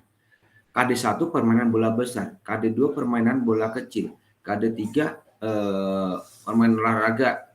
Nah, di kurikulum Merdeka nggak ada itu. Di kurikulum Merdeka tidak dijelaskan secara rinci apa yang harus diajarkan, tapi silahkan gurunya mau ngajar apa, dikasih kebebasan mengajar. Boleh nggak Pak, saya ngajar selama 1 tahun permainan sepak bola terus? Jangan kan 1 tahun sampai pensiun ibu bapak ngajar sepak bola terus, boleh. Yang penting tadi anaknya senang, semuanya terlibat. Kemudian apa satu lagi? Menikmati. Karena tujuan olahraga adalah, tujuan penjas di sekolah adalah bukan untuk anak-anak terampil memainkan teknik atau terampil bermain olahraga seperti yang kakak-kakak ajarkan. Jadi nggak ada tuntutan, oh anak ini kalau nanti lulus SMP harus jago bermain voli, maka saya akan mengajarkan voli. Dia harus jago juga sepak bola, maka saya akan mengajarkan sepak bola. Oh dia juga harus berenang, maka saya ajarkan renang. Oh dia harus bagus tentang dengan badminton, maka saya ajarkan badminton. Bukan seperti itu. Satu lagi, tujuan PJOK di sekolah seperti kemarin bukan kebugaran, tapi yang pertama adalah satu, membuat anak pintar, membuat anak terampil, membuat anak sehat, membuat anak senang, dan membuat anak bugar. Itu semuanya harus ada dicapai. Pintar, pintar apa? Oh, pintar terkait dengan konsep olahraga. Oh, saya tahu Bu tentang sepak bola karena saya di rumah pemain bola semua dan saya sering nonton sepak bola. Literasinya bagus. Artinya apa? Dia pintar terkait dengan konsep sepak bola. Terampil, belum tentu karena dia konsepnya bagus dia terampil sepak bola, belum tentu. Oh, dia terampilnya badminton. Artinya apa? Ya sudah, artinya membuat anak pintar, terampil, sehat. Sehat kenapa? Oh, supaya dia tahu, oh untuk sehat itu caranya harus begini, menghindari seperti ini. Nah, itu gambarnya seperti itu. Jadi, sekarang seluruhnya berubah. Tidak seperti waktu kakak-kakak jadi murid. Belajarnya. Jadi seiring perkembangan teknologi semuanya sudah berubah dan bagaimana nanti kakak-kakak mengajar. Ingat, guru bukan satu-satunya sumber. Bisa jadi, mohon maaf, pemahaman guru, pengetahuan guru nggak lebih bagus dari pengetahuan murid. Mungkin saja ada peserta didik kakak-kakak semua yang secara pengetahuan, secara pengalaman jauh lebih bagus dibandingkan gurunya. Karena apa? Literasinya bagus, fasilitas di rumahnya dia maksimal, kemudian pergaulannya luas, kemudian punya segalanya. Sementara gurunya hanya berkutat di situ saja. Jangankan ke Jakarta, diklat antar kabupaten saja nggak pernah ngikut. Jadi nggak pernah ke kota kabupaten. Artinya apa? Pemahaman secara umum mungkin dia akan tidak lebih bagus dari peserta didik atau muridnya anak. Artinya apa? Ada kemungkinan hal-hal yang seperti itu terjadi. Murid bisa jadi sumber. Oh, kamu kan punya pengalaman terkait dengan sepak bola. Ayo, Asrul, coba sampaikan ke teman-temannya. Bagaimana cara gini nih? Jadikan itu aset. Aset apa? Aset untuk menjadi seorang tutor sebaya. Gurunya ngapain? Memfasilitasi saja.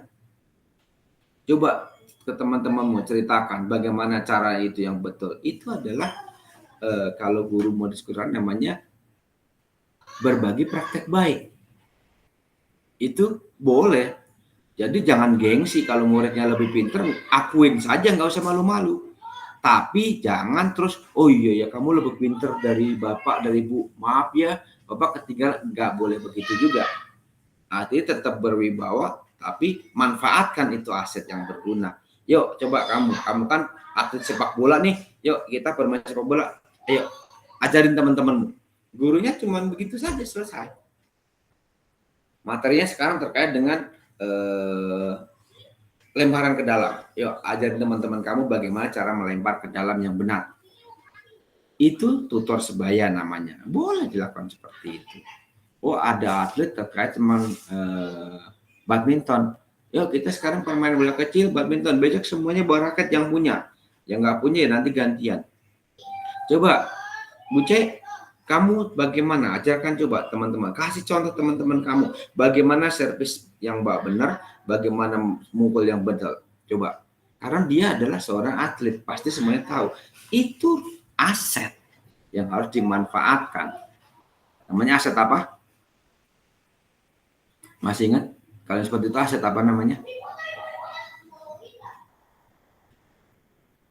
Kan baru kemarin diajarin itu.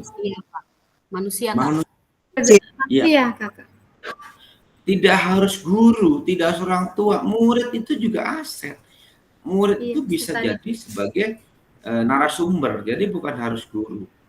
Karena Pak, ya tadi saya sampaikan, kemajuan teknologi, literasinya dia lebih bagus dari gurunya, karena fasilitas-fasilitas yang dia miliki sangat maksimal, gitu gambarnya seperti itu. Nah, gambarannya tadi saya sampaikan bahwa student centered learning adalah bagaimana proses pembelajaran yang membuat anak senang, terlibat, dan menikmati. Ini contoh-contoh student centered learning, langkah-langkah yang dicontohkan misalnya. Peran guru harus terdiri dalam student centered learning. Peran guru bertindak sebagai fasilitator dalam pembelajaran. Fasilitator, namanya fasilitator, memfasilitasi. Bu, saya butuh ini. Bu, saya butuh ini. Ya sudah, hanya seperti itu saja memfasilitasi. Kemudian peran murid. Peran murid adalah aktif dalam pembelajaran dengan memberikan gagasan, saran, dan kritik. Boleh mengkritik gurunya, boleh memberikan saran gurunya, tidak harus kepada sesama murid. Oh Pak, kayaknya salah Pak. Oh, kayaknya salah deh Bu. Yang peraturan terbaru Bu, main bola volley itu boleh loh Bu pakai kepala, nggak harus tangan. Itu udah aturan internasional Bu. Emang sejak kapan? Ada gurunya masih nggak update. Ya nggak apa-apa memberikan saran. Itu terima saja kalau memang itu secara konsep betul. Kemudian mengikuti kompetensi, mengkaji kompetensi mata pelajaran yang harus dikuasai murid dan akhir pembelajaran. Nah ini tadi menentukan materi apa yang akan saya ajarkan kepada murid yang bentuknya seperti ini, dikaji dulu sebelumnya. Kemudian setelah oh saya akan ngajar materi ini. Nah setelah ketemu mengajar materi ini, kenapa saya harus ngajar materi ini? Itu tujuan pembelajarannya. Kenapa saya harus mengajar materi ini? Tujuan pembelajarannya apa? Nah, dikatakan tujuan pembelajarannya, apakah nanti anak itu akan berhasil sesuai tujuan pembelajaran itu ketika apa yang akan saya nilai? Oh, jadi saya nanti akan mengajarkan ini, kemudian tujuannya adalah supaya anak didik saya ini, nah untuk mengetahui tujuan itu tercapai, maka saya akan menilainya seperti ini. Itu mengkaji kompetensi materi yang harus dikuasai peserta didik. Kemudian berpartisipasi dan merumuskan, mengembangkan dan memproses pembelajaran. Itu muridnya boleh ikut-ikutan. Bu, kayaknya main yang kayak gini mah enakan pakai gini Bu, jangan pasangan deh, enakan kelompok. Oh atau yang jangan kelompok Bu kalau kayak gini Bu, karena masing-masing terlibat, mendingan pasangan saja. Itu boleh dilakukan oleh murid. Jadi jangan semuanya tergantung pada gurunya. Membantu murid mengasih informasi, menata dan memproses dan untuk menempatkan dalam memecahkan perbedaan. Nah itu memberikan kesempatan peserta didiknya untuk mengembangkan dirinya di situ. Kalau banyak anak murid nanya, jangan dibilangin kepo. Biarkan saja, jangan bilang banyak nanya, biarkan saja mereka nanya, dijawab. Kenapa? Mereka lagi proses eksplorasi terkait dengan konsep yang akan dia pahami. Mungkin itu sesuatu yang baru bagi dirinya yang sebelumnya nggak pernah tahu.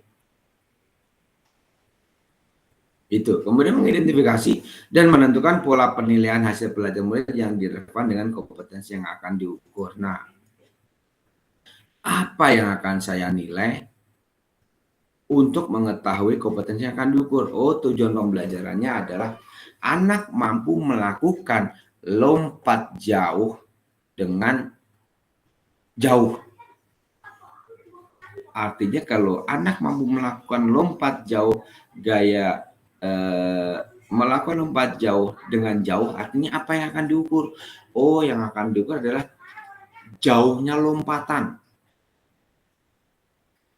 Oh, yang akan diukur adalah seberapa jauh dia bisa melompat. Itu karena tujuan pembelajaran seperti itu. Kalau tujuan pembelajarannya peserta didik mampu melakukan awalan dan tolakan dalam lompat jauh gaya bla bla bla, artinya yang dinilai adalah bukan jauhnya lompatan, tapi bagaimana dia dari cara berlarinya dan bagaimana saat dia akan menolak di papan tolak, itu yang dinilai.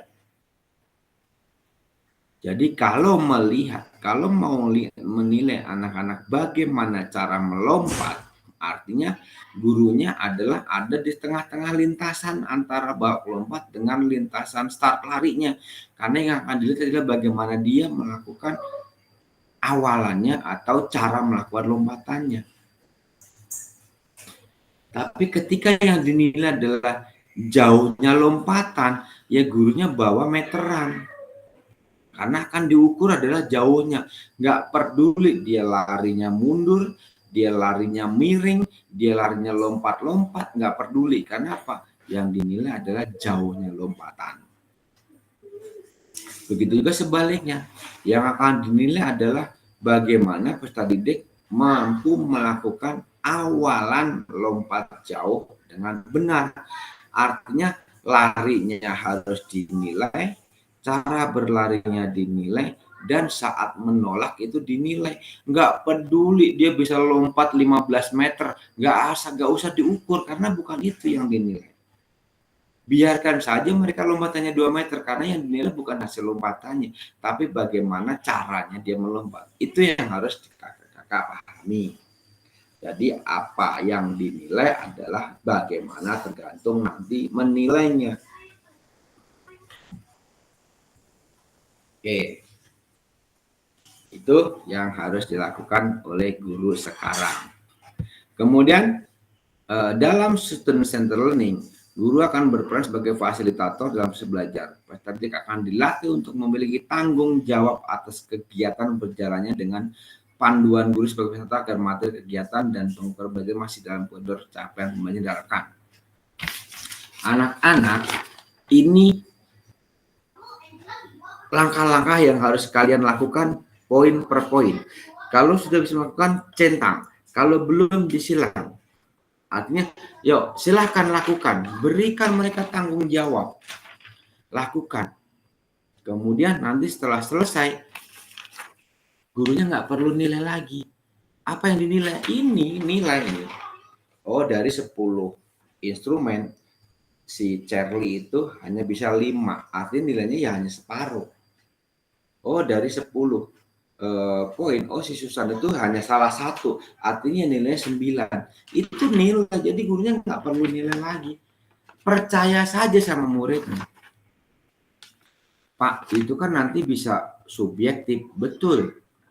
Ketika dia melakukan subjektif, ibu ragu, bapak ragu, kakak-kakak ragu, silakan. Yuk, kita sekarang berpasangan. Setelah tadi kalian melakukan tes dengan menilai diri kalian sendiri, sekarang yuk kita menilai secara berpasangan. Silakan cari teman masing-masing. Itu namanya assessment. Bisa jadi nanti hasilnya berbeda. Karena apa? Yang dipakai tadi karena mereka menilai sendiri. Itu adalah dokumen penilaian yang harus kakak-kakak miliki. Pernahkah membuat itu? Saya nggak yakin. Jadi silakan, mari kita merefleksikan itu, gambarnya seperti itu. Oke. Kemudian jenis-jenis pembelajaran learning yang akan dipraktekkan nanti ada banyak. Nah, berhubungan dengan itu, contohnya ini, ada small group discussion, role play yang harusnya tadi kita simulasikan tapi waktunya kayaknya nggak cukup kalau simulasi itu. Ada di discovery learning, ada self-directed learning, cooperative learning, itu banyak banget jenis pembelajaran. Saya nggak tahu jenisnya, pokoknya saya melakukannya ini. Silahkan, nggak penting tahu jenis pembelajarannya. Tapi prakteknya adalah melakukan. Dan mungkin sekarang kakak-kakak sudah melakukan di antara 9 ini, tapi nggak tahu namanya, nggak masalah. Karena nggak akan ditanya, kamu pakai metode pelajaran apa? Apa saja yang penting anak menikmati, anak semua terlibat, anak senang. Karena dari 9 ini nggak ada yang paling bagus. Semuanya bagus. Tergantung muridnya, tergantung gurunya, tergantung peralatannya, tergantung sekolahannya, tergantung materinya, dan apa yang akan dinilai. Nggak ada yang paling bagus. Semuanya bagus. Semuanya boleh dipakai? Boleh. Yang nggak boleh dalam satu kurs pembelajaran pakai 9 ini.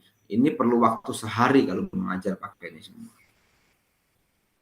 Itu gambarnya. Silakan, nggak penting paham ini, tapi prakteknya melakukan ini. Jadi nggak penting tahu judulnya, tapi prakteknya adalah mencerminkan di sini. Yang penting saya sampaikan, ketika bunyi periwitan masih sering, artinya pasti itu komando.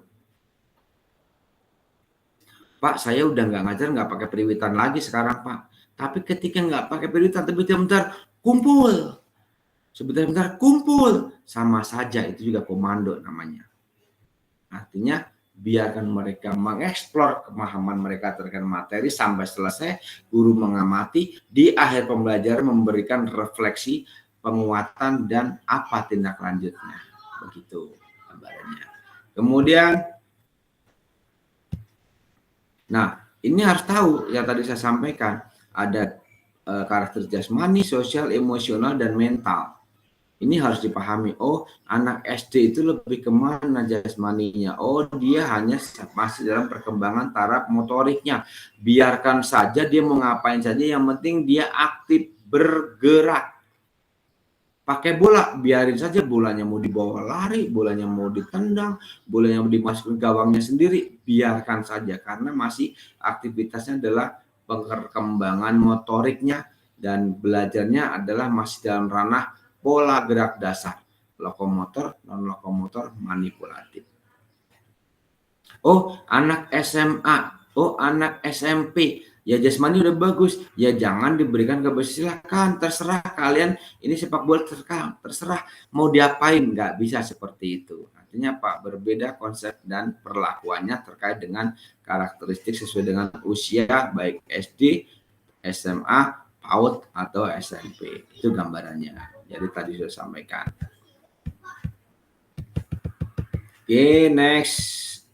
Kemudian terkait dengan ini, nah apa yang saya sampaikan di awal tadi, itu namanya semuanya disebut adalah pembelajaran student center learning, itu pasti adalah pembelajaran berdiferensiasi. Apa itu pembelajaran berdiferensiasi? Silakan. Apa itu pembelajaran berdiferensiasi? Pernah dengar? Kalau guru penggerak pasti semuanya sudah kenal.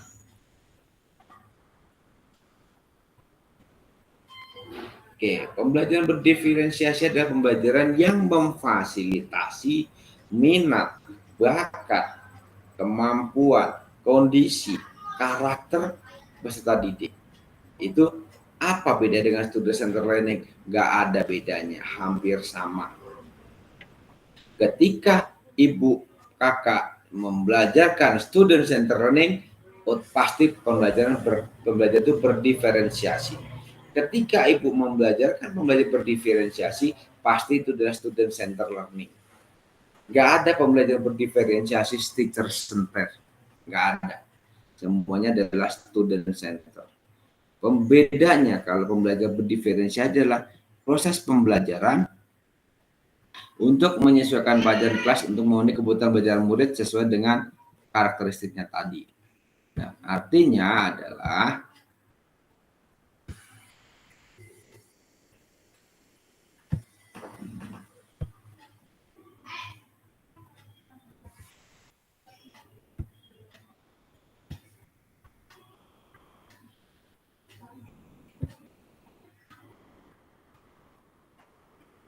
Nggak nampak. Ini. Di dalam berdiferensiasi, kakak-kakak bisa mendiferensiasikan atau memberikan perlakuan berbeda, memberikan perbedaan perlakuan kepada konten, kepada proses, dan kepada produk. Bolehkah ketiga-tiganya dilakukan? Boleh. Bolehkah hanya satu saja? Boleh. Tapi biasanya akan berkaitan. Ketika mendiferensiasikan konten, maka prosesnya pasti juga akan berbeda. Ketika prosesnya berbeda, maka penilaiannya pun juga akan berbeda. Artinya tiga-tiganya itu berkaitan. Contoh, diferensiasi konten, pembelajaran lompat tinggi gaya vlog. Oh, karena ada yang pinter, ada yang pinter, enggak ada pinter. Oh, ada, berarti saya akan bikin yang lurus tinggi, yang lurus setengah, yang lurus pendek, dan yang dimiringkan. Ketika antara yang lurus tinggi dengan yang dimiringkan, itu konten sudah berbeda. Ingat, konten yang dimaksud berbeda itu bukan konten, oh satunya atletik, satunya sepak bola, bukan seperti itu. Kalau itu namanya ekstrakurikuler. Melaksanakan aktivitas sesuai dengan minat dan bakatnya itu ekstrakurikuler. Tapi ketika diferensiasi konten adalah tadi, oh sama-sama materinya lompat tinggi, tapi dia kontennya karena anaknya berkebutuhan khusus, berkelainan, saya miringkan. Yang penting adalah bagaimana dia bisa melewati mistar itu dengan gaya yang sudah ditentukan. Karena dia dimiringkan, maka prosesnya juga berbeda. Oh, kalau prosesnya demikian berarti dia prosesnya lebih mudah. Nah, ketika prosesnya berbeda, pasti nilainya juga akan berbeda. Nah, produk artinya student center learning itu pasti adalah diferensiasi. Ketika diferensiasi itu pasti student center learning. Karena semuanya memfasilitasi kemampuan, memfasilitasi karakteristik, dan memfasilitasi minat bakat peserta didik. Ingat, ada anak yang pinter di sepak bola, ada anak yang pinter di badminton, ada anak yang jago di lari, ada anak yang pinter di lompat, ada anak yang pinter di renang. Artinya nggak akan ada anak yang kesemuanya pinter. Karena karakteristiknya, fisiknya, kemauannya, kemampuan, dan bakatnya berbeda-beda. Orang yang pendek, gemuk, nggak mungkin dia akan jadi pelari, nggak mungkin dia bisa lari cepat. Orang yang tinggi, kurus, susah dia untuk berguling ke depan, atau susah dia akan ikut senam berguling. Anak yang kakinya nggak bisa dia untuk lari cepat. Anak yang bentuk kakinya, oh dia akan jago main sepak bola. Artinya apa? Orang yang kakinya, oh ya sudah, dia nilai larinya jelek, tapi nilai sepak bolanya tinggi. Nanti kan rapotnya, kan dikata-katain. Si Charlie nilai sepak bola masih harus dikembangkan, harus dibimbing lagi, harus diberikan pembelajaran lebih, harus lebih sering di-drill lagi. Tetapi si Charlie sudah sangat bagus, sangat expert, dan sangat mahir dalam permainan bulu tangkis. Artinya apa? Nggak ada anak yang semuanya jago. Pasti ada yang nggak jago, ada yang jago. Nah, nanti rapotnya begitu sistemnya. Yang paling rendah dikata-katain, yang paling tinggi juga dikata-katain. Artinya apa? Tidak ada anak yang tidak kompeten. Kamu nggak kompeten. Cari, kamu gimana sih? Kamu nggak kompeten di sepak bola. Nggak apa-apa Pak, tapi kan saya memang nggak hobi sepak bola. Badan saya nggak bisa bola, tapi kan badminton saya jago. Iya, kamu jago di badminton. Artinya apa? Kompetensi dia bagus di olahraga, tapi cabang badminton. Itu loh gambarnya seperti itu sekarang. Charlie, kamu nilainya di bawah KKM karena sepak bola nilainya kamu 5. Nggak ada lagi sekarang KKM. Nilai berapapun itulah kompetensi, itulah kemampuan yang dimiliki peserta didik. Nggak apa-apa si Charlie kemampuan sepak bolanya 5, tapi dia badmintonnya 10. Artinya apa? Ya nggak apa-apa, dia kompetensi badminton, jangan dipaksa di sepak bola. Misalnya, tari, kamu nilai olahraganya semuanya jelek. Gimana sih? Saya memang nggak suka olahraga karena saya nggak mau, nggak pinter, nggak suka. Kamu gimana? Harus pinter? Ya nggak bisa. Tapi kan saya juara nyanyi, Pak. Saya juara nyanyi tingkat provinsi loh, Pak. Saya juara nyanyi internasional. Saya kan ikut audisi nyanyi, Pak. Karena apa? Kompetensi dianya di nyanyi. Bakatnya dia di nyanyi. Jangan maksa guru olahraganya disuruh lari kenceng, nggak bisa. Karena apa? Bakatnya dia bukan di lari tapi di nyanyi. Ingat, kompetensi itu bukan hanya akademik, tapi non akademik juga diakui. Ingat, sekarang mungkin kakak-kakak punya murid yang sedang ikut latihan atau pelatnas atau pelada, bisa jadi atlet atau menjadi atlet sepak bola U12. Sekarang sedang ada di Jerman 3 bulan. Boleh nggak sekolah. Dalam arti terus dia bukan anak ini tidak pernah sekolah, bukan tidak pernah sekolah. Memang dia sekolahnya dia sedang memenuhi bakatnya. Sekolahnya seperti apa? Boleh online, boleh dikasih tugas. Karena apa? Dia sedang mengembangkan bakatnya. Nggak boleh ini nggak naik kelas ini. Karena apa? Orang nggak masuk sekolah, bukan seperti itu gambarnya sekarang. Jadi biarkan anak-anak nggak masuk sekolah, tapi dia sedang mengembangkan bakat dan minatnya. Tapi kalau dia nggak sekolah, lagi bantuin bapaknya nangkep ikan, itu berbeda.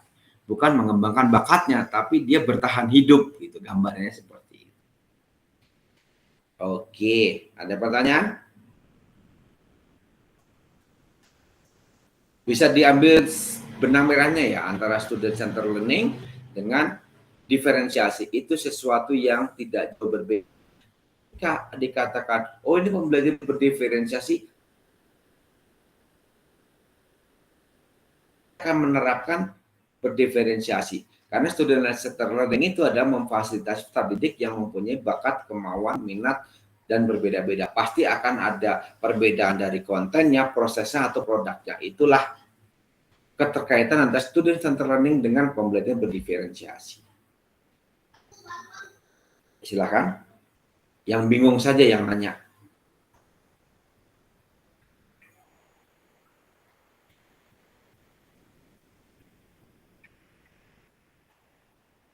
Jadi sekarang Pak, mari kita silakan.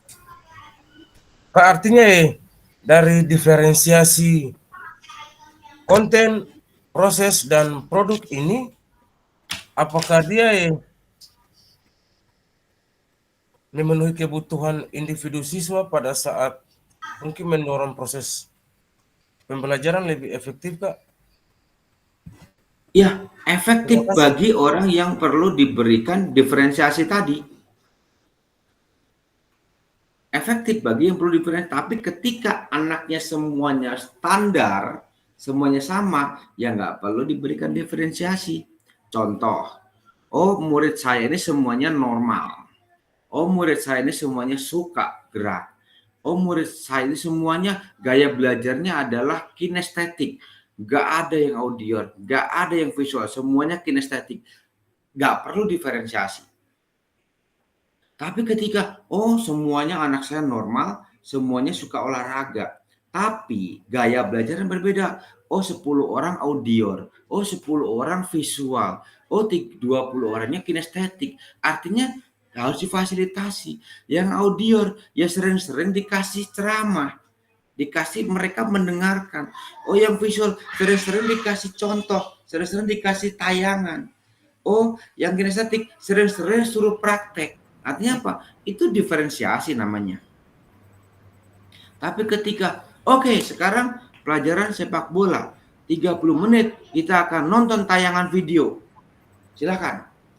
Tayangan video. Tiba-tiba oke, kita akan mempraktekkan itu. Yang kinestetik nggak ngerti.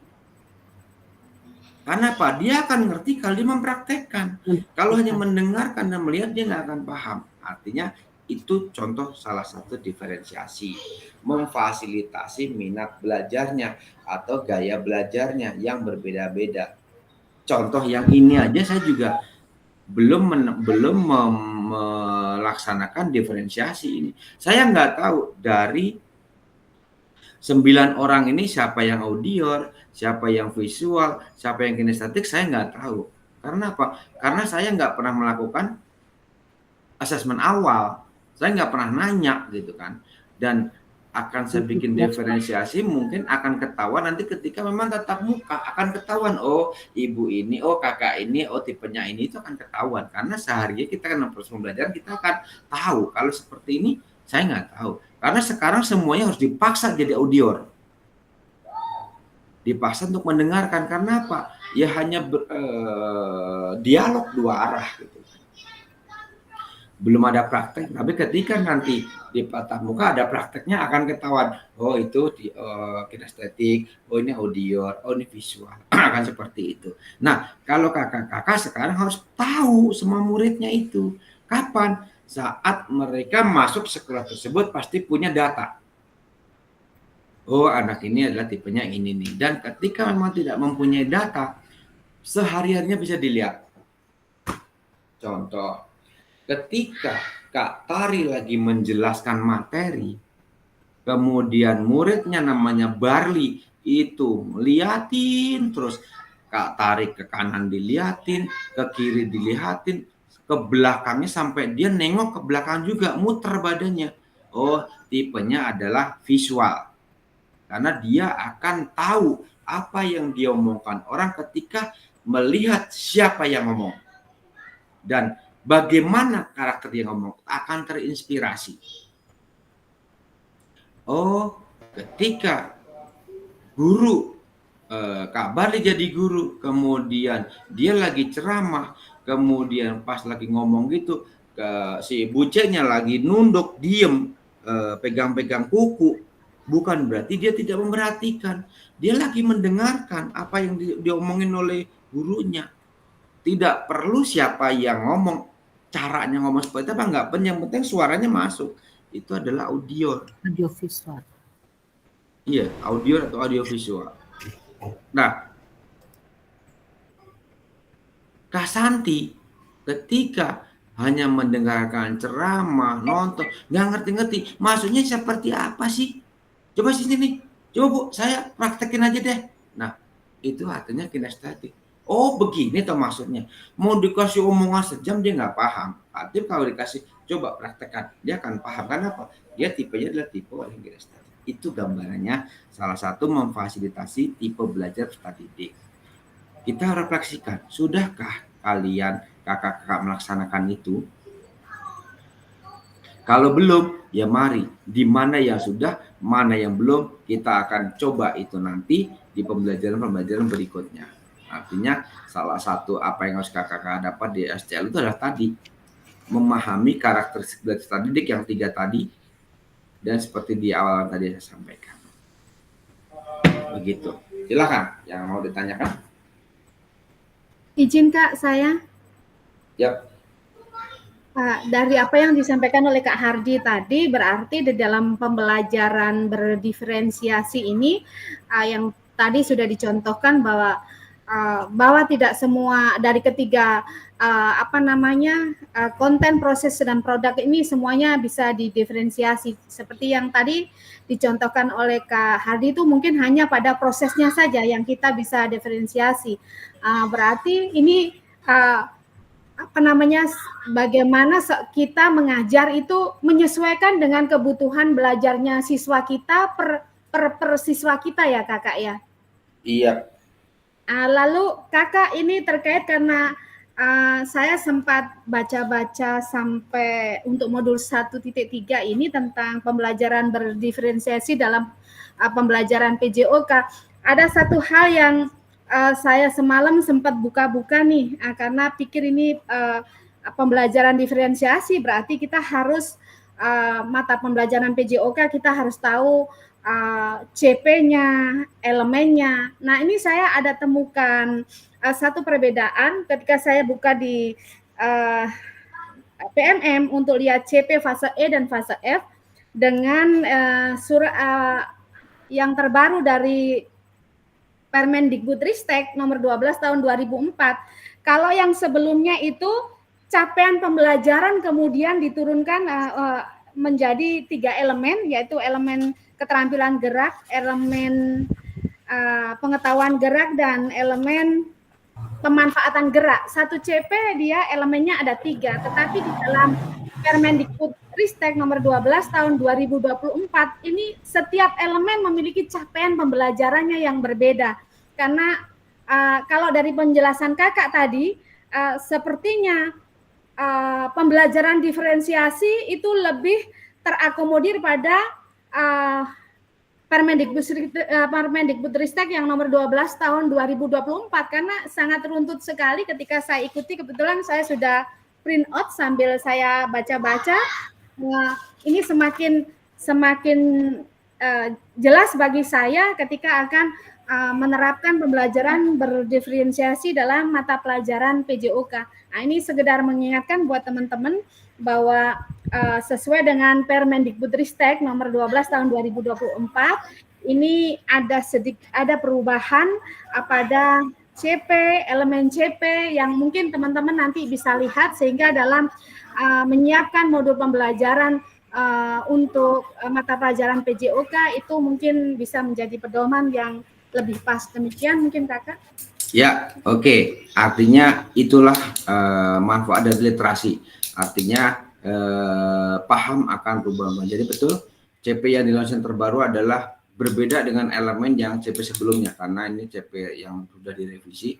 Tapi kembali lagi di situ syaratkan bahwa bagaimana nanti kakak-kakak ngajar tidak harus dijelaskan harus ngajar ini seperti itu.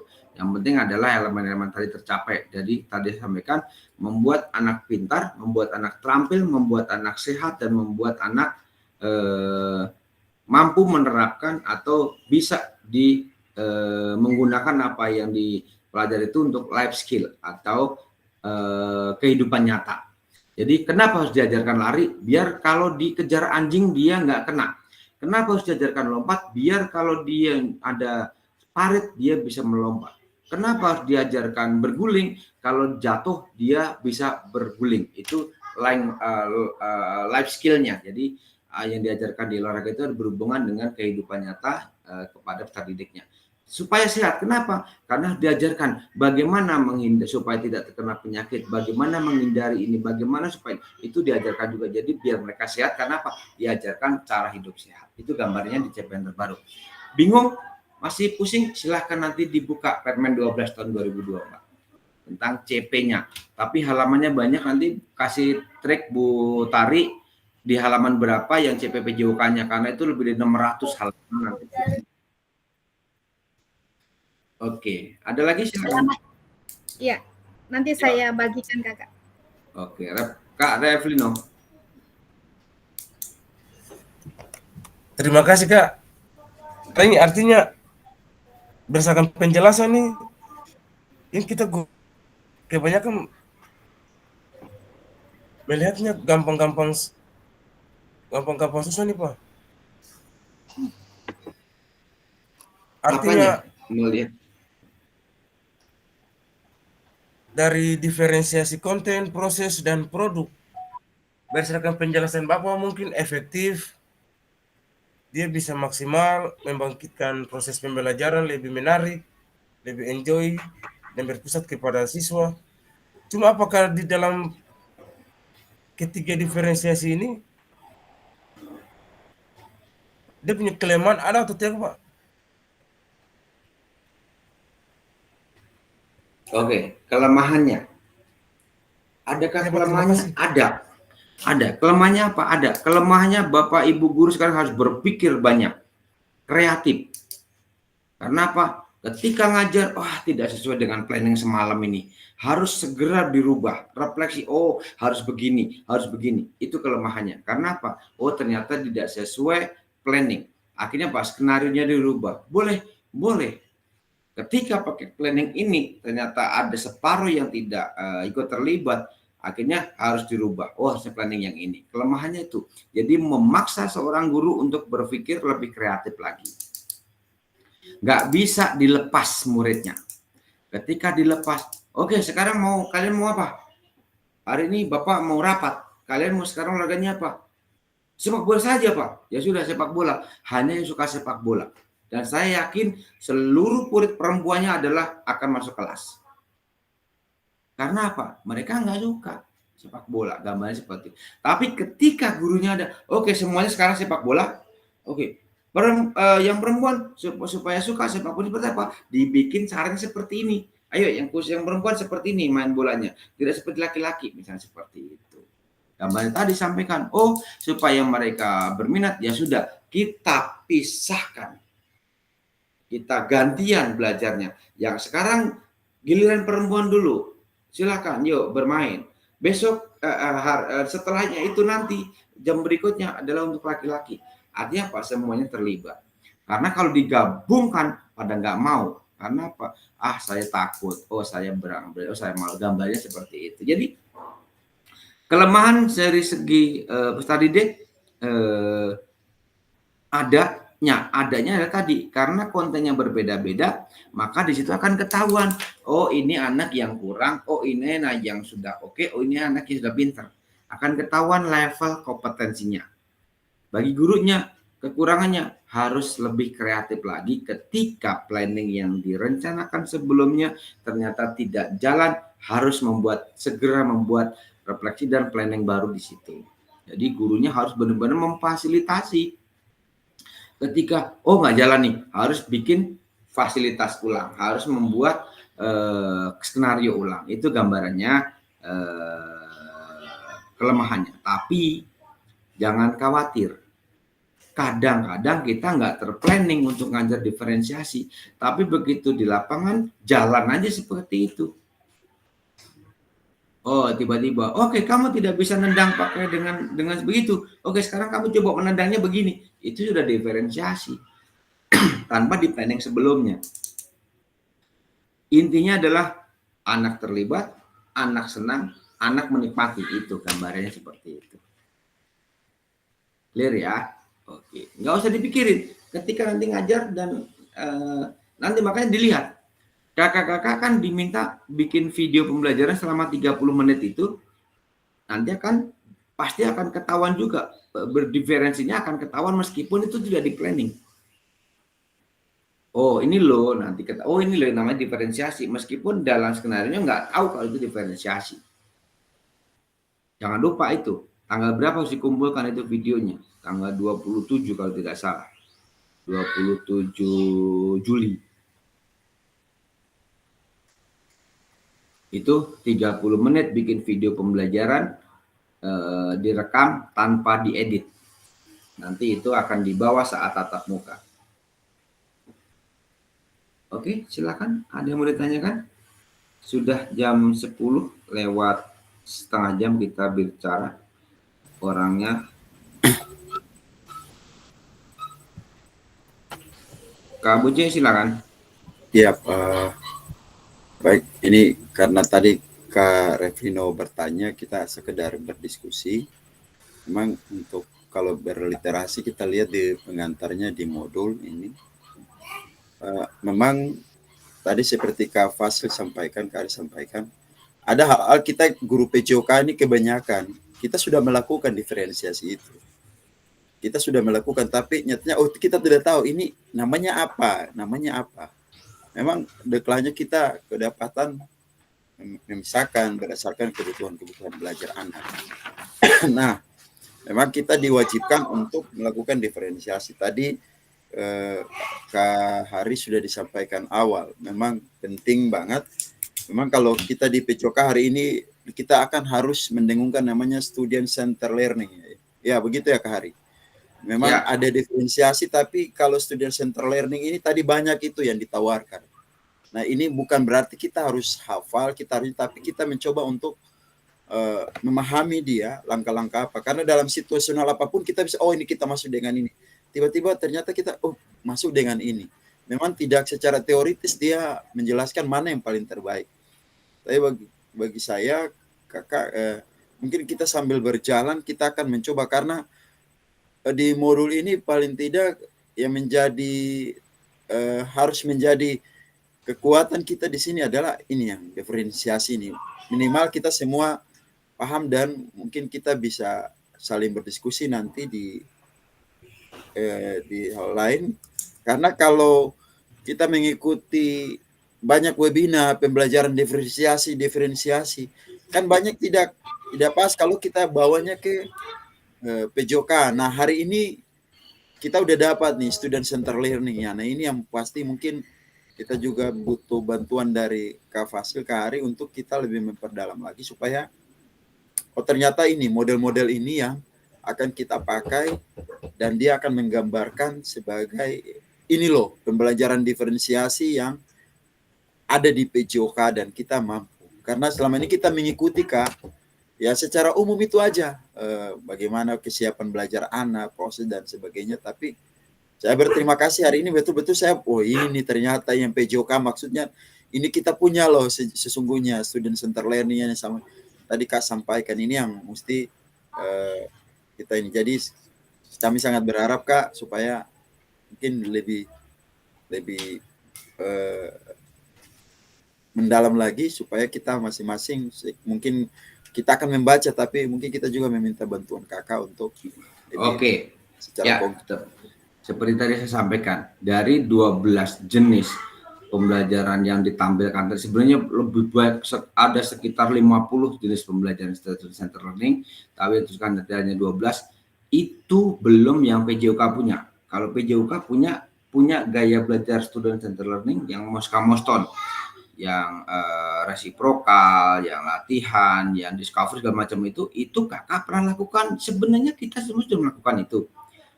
Cuman belum tahu saja. Oh ini toh. Nanti makanya tadi sampaikan, ketika nanti Kakak bikin video, kita akan tunjukkan ini loh student center learning, ini loh berdiferensiasi yang seperti ini. Ingat, sekarang bikin RPP tidak harus mencantumkan model pembelajaran, metode pembelajaran.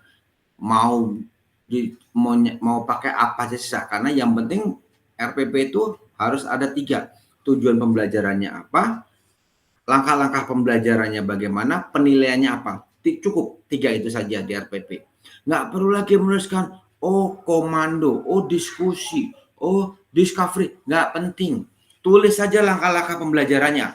Peserta didik melakukan ini, melakukan ini, melakukan ini, melakukan ini. Itu adalah buat RPP sekarang. Artinya ketika peserta didik itu student center namanya. Tapi ketika guru itu namanya teacher center. Bisa dipahami? Dalam langkah-langkah pembelajarannya.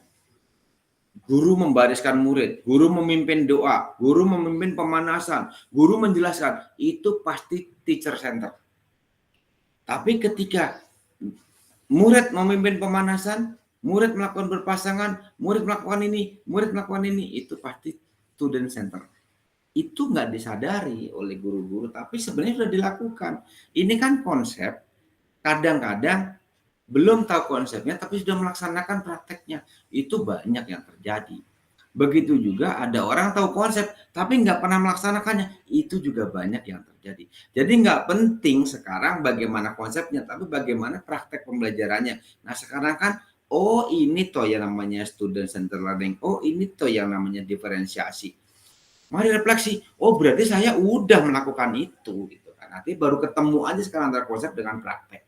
Begitu gambarnya Kak Buje. Oke, ada lagi? Ya, siap Kak. Oke, cukup ya. Sudah jam 10 di sini, situ juga jam 12. Mungkin sudah waktunya sholat zuhur, makan siang di sana waktunya. Oke, kita ketemu lagi kapan?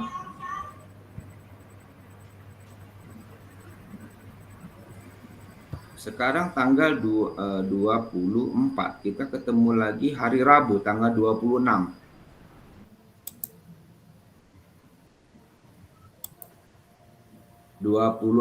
Di sini saya jadwalkan malam. Apakah mau dirubah ke pagi lagi atau ke siang? Silakan.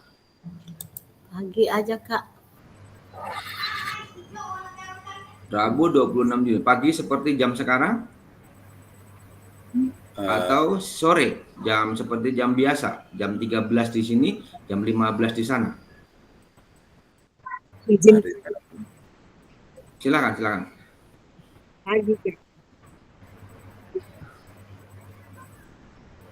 Ya, mau Ini jam kan berapa? masih libur. Ada teman-teman juga yang di panitia PMB misalnya. Nanti kita Ya, lihat di teman-teman di sini silakan. ada Makanya yang saya sibuk untuk panitia PMB, ya kita menyesuaikan teman-teman supaya jangan mengganggu aktivitas.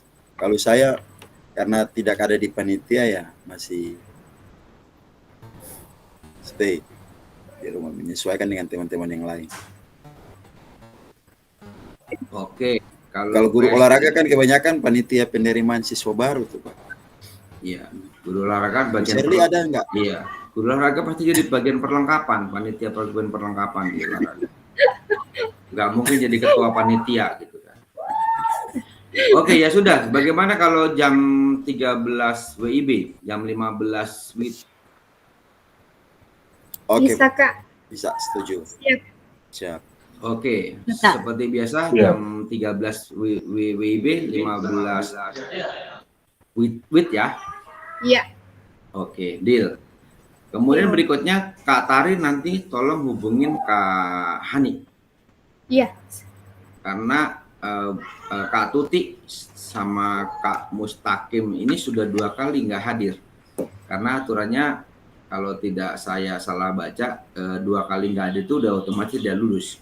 Coba nanti sampaikan konsultasi dengan Kak Hani, kemudian bertanya dengan Kak Tuti karena 2 kali nggak hadir tanpa kabar. Nanti kalau misalnya dia memang tidak lanjut kan harus pakai surat pengunduran diri yang disampaikan ke penyelenggara. Nanti silakan hubungin ke Kak Hani terkait dengan Kak Mustaqim dan Kak Tuti.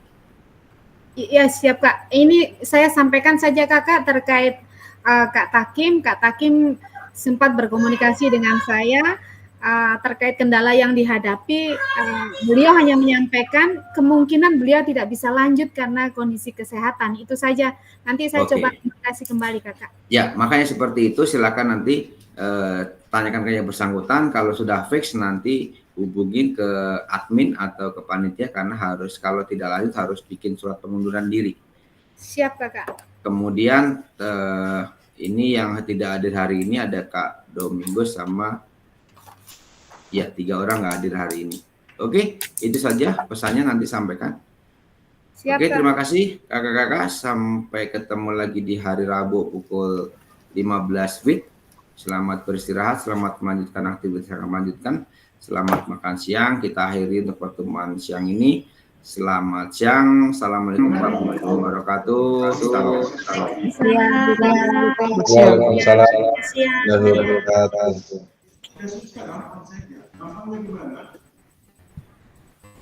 Silakan yang mau live saya stop record.